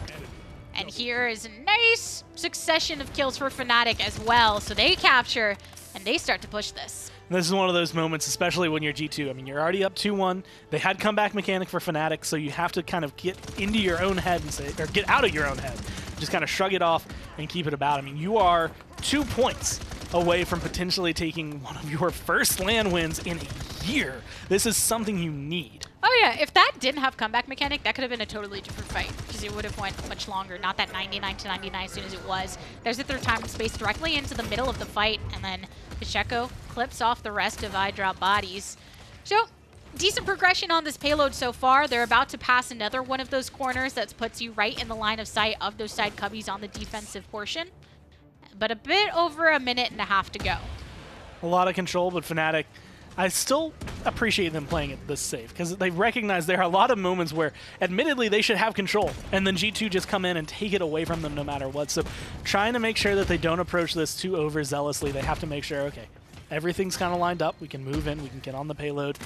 This is going to be a tough corner to come around unless they can get some control. A kill right here for Pacheco could mean a lot. Burst healing really coming in the clutch. over for G2, and Bodies looked like he was low, but luckily able to survive. Fnatic, a couple of them right here in the cubby. They know that they're players from G2 poking their heads out, so they just hope that their accuracy is going to beat them out in the time. But Cuskewdy and Evil Eye, they're the ones to pick up kills. Another double kill for Evil Eye before he's eliminated by Bittner, but Fnatic lose the most in that exchange. And that's the kind of scenario right there. Bittner, that's perfect for him in terms of being able to get a kill. Unfortunately, his team's not able to follow up on the other side, and I think that's really kind of the key components of what they have, is that there's a lot that can go right, and there's a lot of pieces that have to fall into place to make sure it goes right all across the board, but even one bout of success isn't going to be enough to really pull a lot in favor.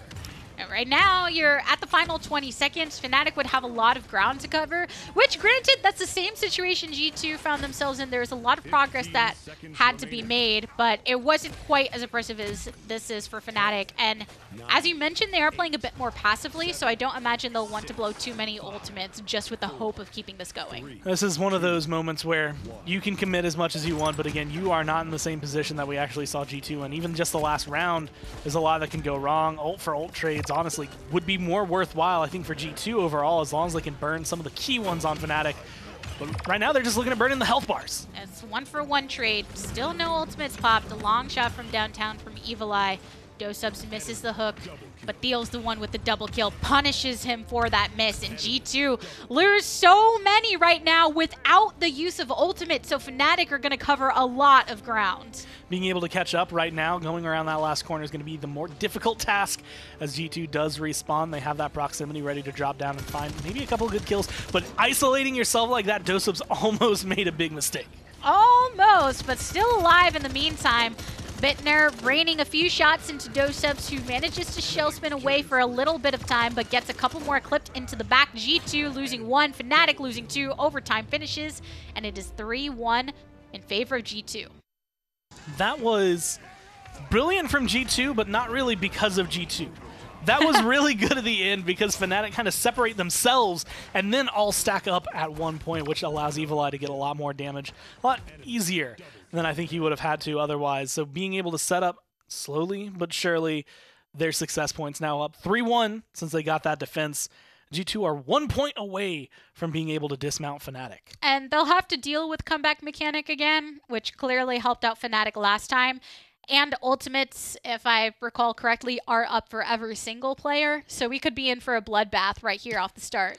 There's a lot that we've seen already that could go right and wrong. I mean, even just in the earlier set, being able to have an ult advantage or using your ults very early on, if you get the kills, I want to say kind of in the wrong order or too quick, it's not going to make a big difference. It's when you use your ults, it's going to make a big difference. Barrage already thrown down. There's the Immortal and the Ancient Rage as they're going for the brawl near the fidget spinner. So Dosubs tries to find another target in response to that ultimate being popped. Doesn't get the kill. Bittner burns him, but it's Cuskewdy and Dosubs that are taken out immediately. Fnatic still at 19%, waiting before they rotate towards that objective as Evil Eye and the Cassie face off in the side, but it's Fisheka who gets the last hit. And being able to set up a lot of success. The team, again, comeback mechanic enabled for Fnatic. They just need to sit here for a little bit longer. They're already at 74%, and they are in complete control. Jera going down might cause a little bit more trouble as a couple kills are starting to roll through, but Bittner's in a great spot to be able to pelt damage from above. Right back to the high ground, but actually deciding to rotate around for the time being. Evil Eye's been on the low. He would rather have cover over by the fidget spinner side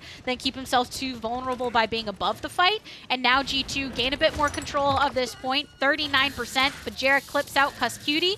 And Vex, he's doing everything he can to keep Dosubs on that point. Being able to set up a lot. Here's going to be the Dragon Punch, but he's taking a lot of damage in the process. Has to go for Fish Echo. Now trying to trap Bittner, but gets locked in the room and taken down. He rather would go for that security of that kill, and now there's another ultimate directly onto the point. Bugsy popping it on this Barrack, but overtime is settling 99%. A hook from Dosubs to bring Theo back into the equation, but it's G2 that are fighting for their life to try to get this game clenched, and they gain control once again of the point. Fnatic, you got to make your way through, and it's Bugsy that's attempting to do so, but he trades his life for Fisheka with the double kill. Is that going to be enough as overtime settles again? Barrage keeps coming down, but right now G2 are looking to try and close it out. They're standing there, Bittner doing whatever he can, but he goes down. Theo's back, no. But he's all on his own. Last one standing, a hook right into the chest, throws up the shield for one effort. Overtime finishes, and G2 Esports close the game, and they get the victory for the set. I mean, being able to bring it back to one of their staple maps at this point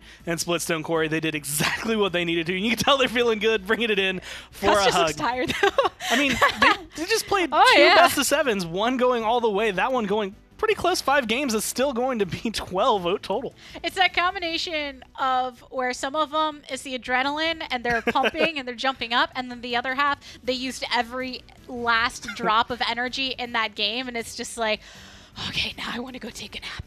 Smiles all around for them, and not so much on the other side. It's just one of those things that I feel like Fnatic, again, when they have the online splits that they've had, they come into these feeling a little bit more cocky. So this is actually, I think, the perfect time to get knocked down, considering they have to kind of hit the reset button starting tomorrow. And this is the sprint. The next portion is the marathon.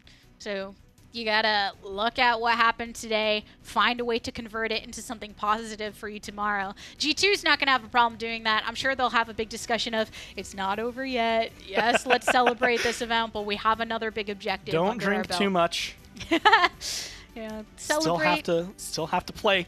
Yeah, but that's got to feel great. Like we said, they hadn't gotten a LAN victory for quite some time, literally a year ago, despite them being in that situation of, yes, we're top during the split in the online portion, but then last time, not so effective in LAN.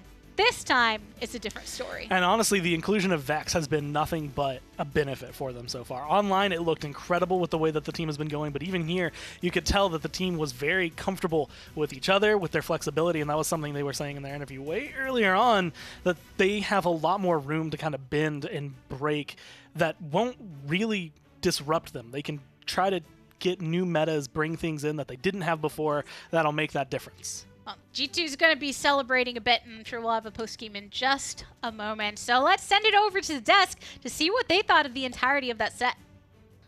The entirety of it? Or maybe just those last 30 seconds? Vex 30 had a mini-stun plus 3 kills. He clutched that for G2. And that just goes to show that G2 is fully functioning right now. Vex. Please, continue. Boy.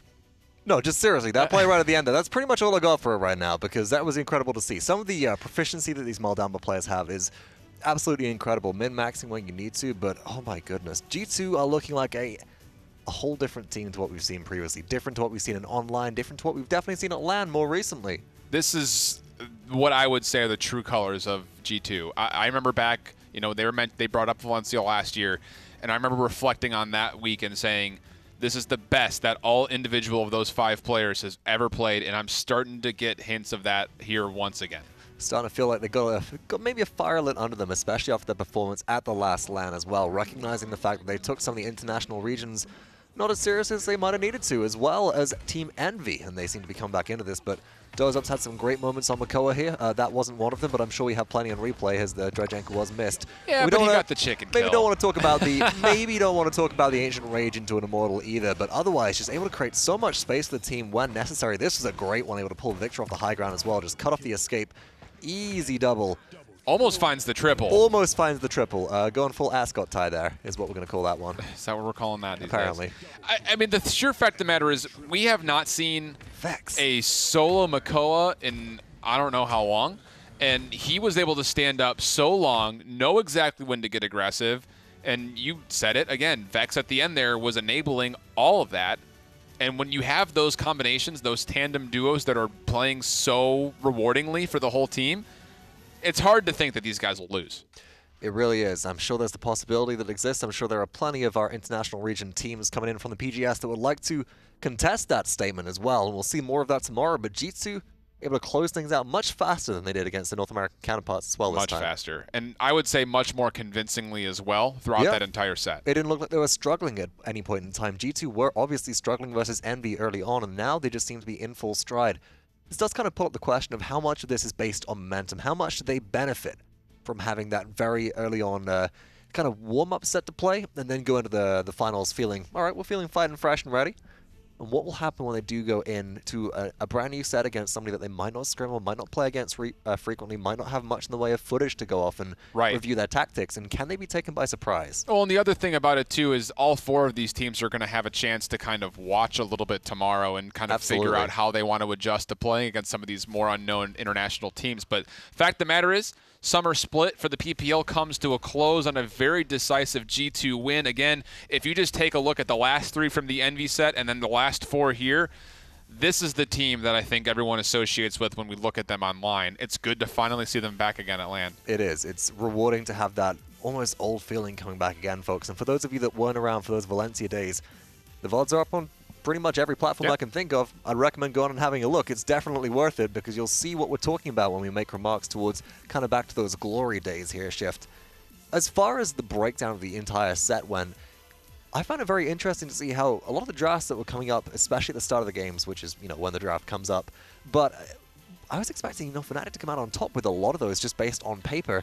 It felt like G2 had a real handle on how to execute. They were less concerned about the on-paper draft, more concerned about what they were comfortable with in-game. Yeah, and I think when you take a look at what Fnatic did against Na'Vi specifically in the draft, you kind of had these anticipations that they were going to be doing something similar, pulling out some kind of things that, will it really work? Makes us question ourselves, and then we see how successful it is. But it wasn't the case here against G2. G2 was the one who was able to change the tide, used things like the Talus and the Ceres to be successful. And, I remember back, we look back at the spring, when Fnatic, they had won this in the spring for the PPL finals and then did not have the same success. And you could see it on their Twitters. You could see it visibly on the team. They were all scattered all over the studio, kind of in their own brains. What does this do to Fnatic for the rest of the week, do you think? I think that it provides us with a very polarizing set of options. They take this and they use it as a learning experience and they recenter themselves and are able to come out on top. Or they just scatter like they have done previously, and I think a lot of that depends on how much support they have behind the team, not just in terms of the players, but from the organization, from their fans. How much can they rally together and kind of restabilize there? Well, speaking of rallying together, there was a change in the roster, but man, the pastures, they do seem pretty green for G2. We've got the boys standing around with the post-game interview. Let's see what they have to say with this championship run. All right, well, we're here with G2, and I have to go for the obvious question. How you guys feeling? Feeling great. Wow. Yeah, great. Awesome. Smile on our faces, happy, man. Well, one unique thing is the fact that when you have your semifinal going right into the final and you went from 7 games directly into this, did it feel like one long stretch or did you have a moment to kind of emotionally reset before Fnatic? It was, we did get a little bit of time to emotionally reset, but it was great being able to go 7 games with Envy. It was the most intense warm-up we've ever had, and I think it really helped us going forward into Fnatic, and thank you guys for making it such an insane set. Cuss, you guys have always looked good coming into events, but when it came time to perform at the event, that was a different story. This time around, though, things are a little bit different. Talk us through the major roster change you guys made for the summer split and how that has affected your team's performance here. When we made the roster change, it had nothing to do really with play. We were all happy with how every single person played, even Wardum, when we got rid of him. It was more of a locker room thing. We needed another guy. We needed somebody jubilant. We needed a Vex 30, and he's filling the role great, man. And he's insane. He's the best support in the world. Something that Vex had actually mentioned this morning was the fact that it opened up a lot of flexibility in your draft. Do you guys feel like that's really kind of what helped bring you this, being able to go to pretty much any map, pick any champions you want, and find that success? The flexibility that Vex brought, and I'm able to pick up. I got to play damage Pip. I never thought I would ever play a damage character again. It was insane. The flexibility on this roster is incredible, and all these guys grind. Funny enough, that Talus pick that we had, we didn't practice Talus ever. Nope. We didn't practice Talus ever, and he bully just crushed it, man. Like he's like, I kept telling you guys I was great at Talus. He's like, come on. Play Talus. Like, shut up, you go. But the guys are flexible, and I love every single one of them. They're great. Well, that's one thing. It always seems that there's a lot of trust between all of the players and coach as you go in with these interesting compositions. For instance, in the end, the Drogos picked, which was actually very impactful for it. So do you have that thought with these different comps when going in, oh, my pick this time, this is the one that is going to make or break the game? Is there any pressure that comes with that? As soon as I said, let's go with the Drogos first pick on that last map, you've always like, yes, give me that. Give me that. He wants it. And when guys want to play what I want to draft, it makes my job even easier. I don't have second guesses, win or loss, when guys want to play the characters that I want to pick for them. So they're great. Well, I have to say congratulations again, not only on the win, but being able to kind of topple Fnatic, who I think has been the one everyone has their sights on. But before we go, we do have to crown an MVP, and I think you'll all be happy that it's Vex. There it is. That's what he's going to be bringing up. Yes, it is. Very well. Hold it up, baby. Hold it up, baby. So, Vex, did you expect to get MVP? No. This whole season, I thought I played really consistent, but I never did anything special. I try not to do anything special. I try to play for the team, do whatever I can to push them forward. That's my job. I push them forward. I keep them going. That's my job. I don't do anything special, but I appreciate it. Besides hit 1,000 stuns. Yeah. Well, there's a reason that everyone has said y'all have been looking phenomenal despite looking great in the past as well. It's been a pleasure watching you throughout. And again, congratulations on your victory here in the PPL Finals. Thank you. Back to the desk. Well, a big merited congratulations to G2, and I would say that MVP award very well deserved. I mean, it just getting that triple kill at the end is like the icing on the Vex 30 cake. That goes on the highlight reel. Everything else is just built up there. Right? That's kind of capstone on the pyramid of just Vex sitting there going, all right, G2 in the backpack. All right, here we go. We're putting the backpack on them, sitting a packed lunch in there, sending them off to school onto the battlefield is what it feels like, because he's taking care of the team 24/7. I feel like I just got like a very small glimpse into the childhood of a Vox. More Calvin and Hobbesy than anything else, but I love Calvin and Hobbes. Yeah, I love Calvin and great. Hobbes. But this is just the beginning. Yes, I know it's just one day. We've got so many more lined up with a ton of international teams that are from all around the world, and you're going to take a look at who we're going to see tomorrow. Starting things off, we have the Armada versus Wolfpack game. That's CIS versus SEA. I would say grudge match, but I don't know if I'm really allowed to say grudge, because I don't know if they've really had the chance to build a grudge between the two of them. But I mean, it's the first time that we're seeing SEA back at LAN in a while here, and I'm excited to see Wolfpack have one of their members returning, Fees, who we talked about on Esports Weekly, actually at Valencia last year. So we're going to see at least one player returning to the stage, and maybe they'll be able to pull out a surprise. Armada surprised us on Brightmarsh in the last LAN. We'll see if maybe Wolfpack has something up their sleeves. And then we've got the South American Battle of Dominance later in the day with Space Station and Brood. I'm excited for that one. It was Clown Fiesta, the PGS play-in game. They found a 3-2 victory over Gangstars, which a lot of people did not see coming. I think it was a little bit unbelievable to many people, as was the pickup of unbelievable shortly before the land shift. Hey, some things just work in the favor of Vox puns. And gosh, I'll tell you, as much as we love them, there's also a little bit of things that we don't like about that, because it makes me just feel bad about my pun game. Get that smile off your face. Hey, speaking of things that'll put a smile on your face, we've got HRX coming up in the fall. You can find all of that at DreamHack Atlanta on the weekend of November 16th through the 18th, including both Smite and Paladins on PC World Championships, but also the Console Wars for Paladins and the Console Championships for Smite. And my goodness, that's a wrap for day number 1. That's it. We're done. That's it. For now, we'll be back again tomorrow, folks. There's plenty more Realm action, or excuse me, we've got plenty more Paladins in the Realm action, and Realm Royale action is still going on as well right now. So if you're interested in that, go check it out. And also, got a slobber knocker of a bracket coming up tomorrow. Slobber knocker. But until then, we'll catch you. We'll make sure that you guys keep holding it down. Looks like you're changing and all. Why didn't you call?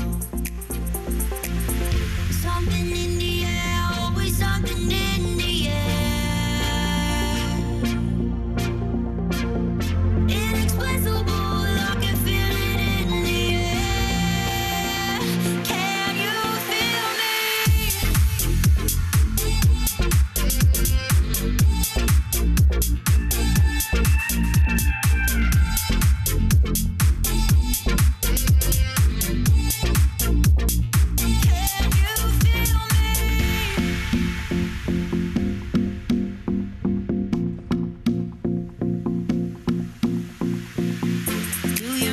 at all? Do you think about the things we used to do? No, you couldn't stand tall. So why didn't you call?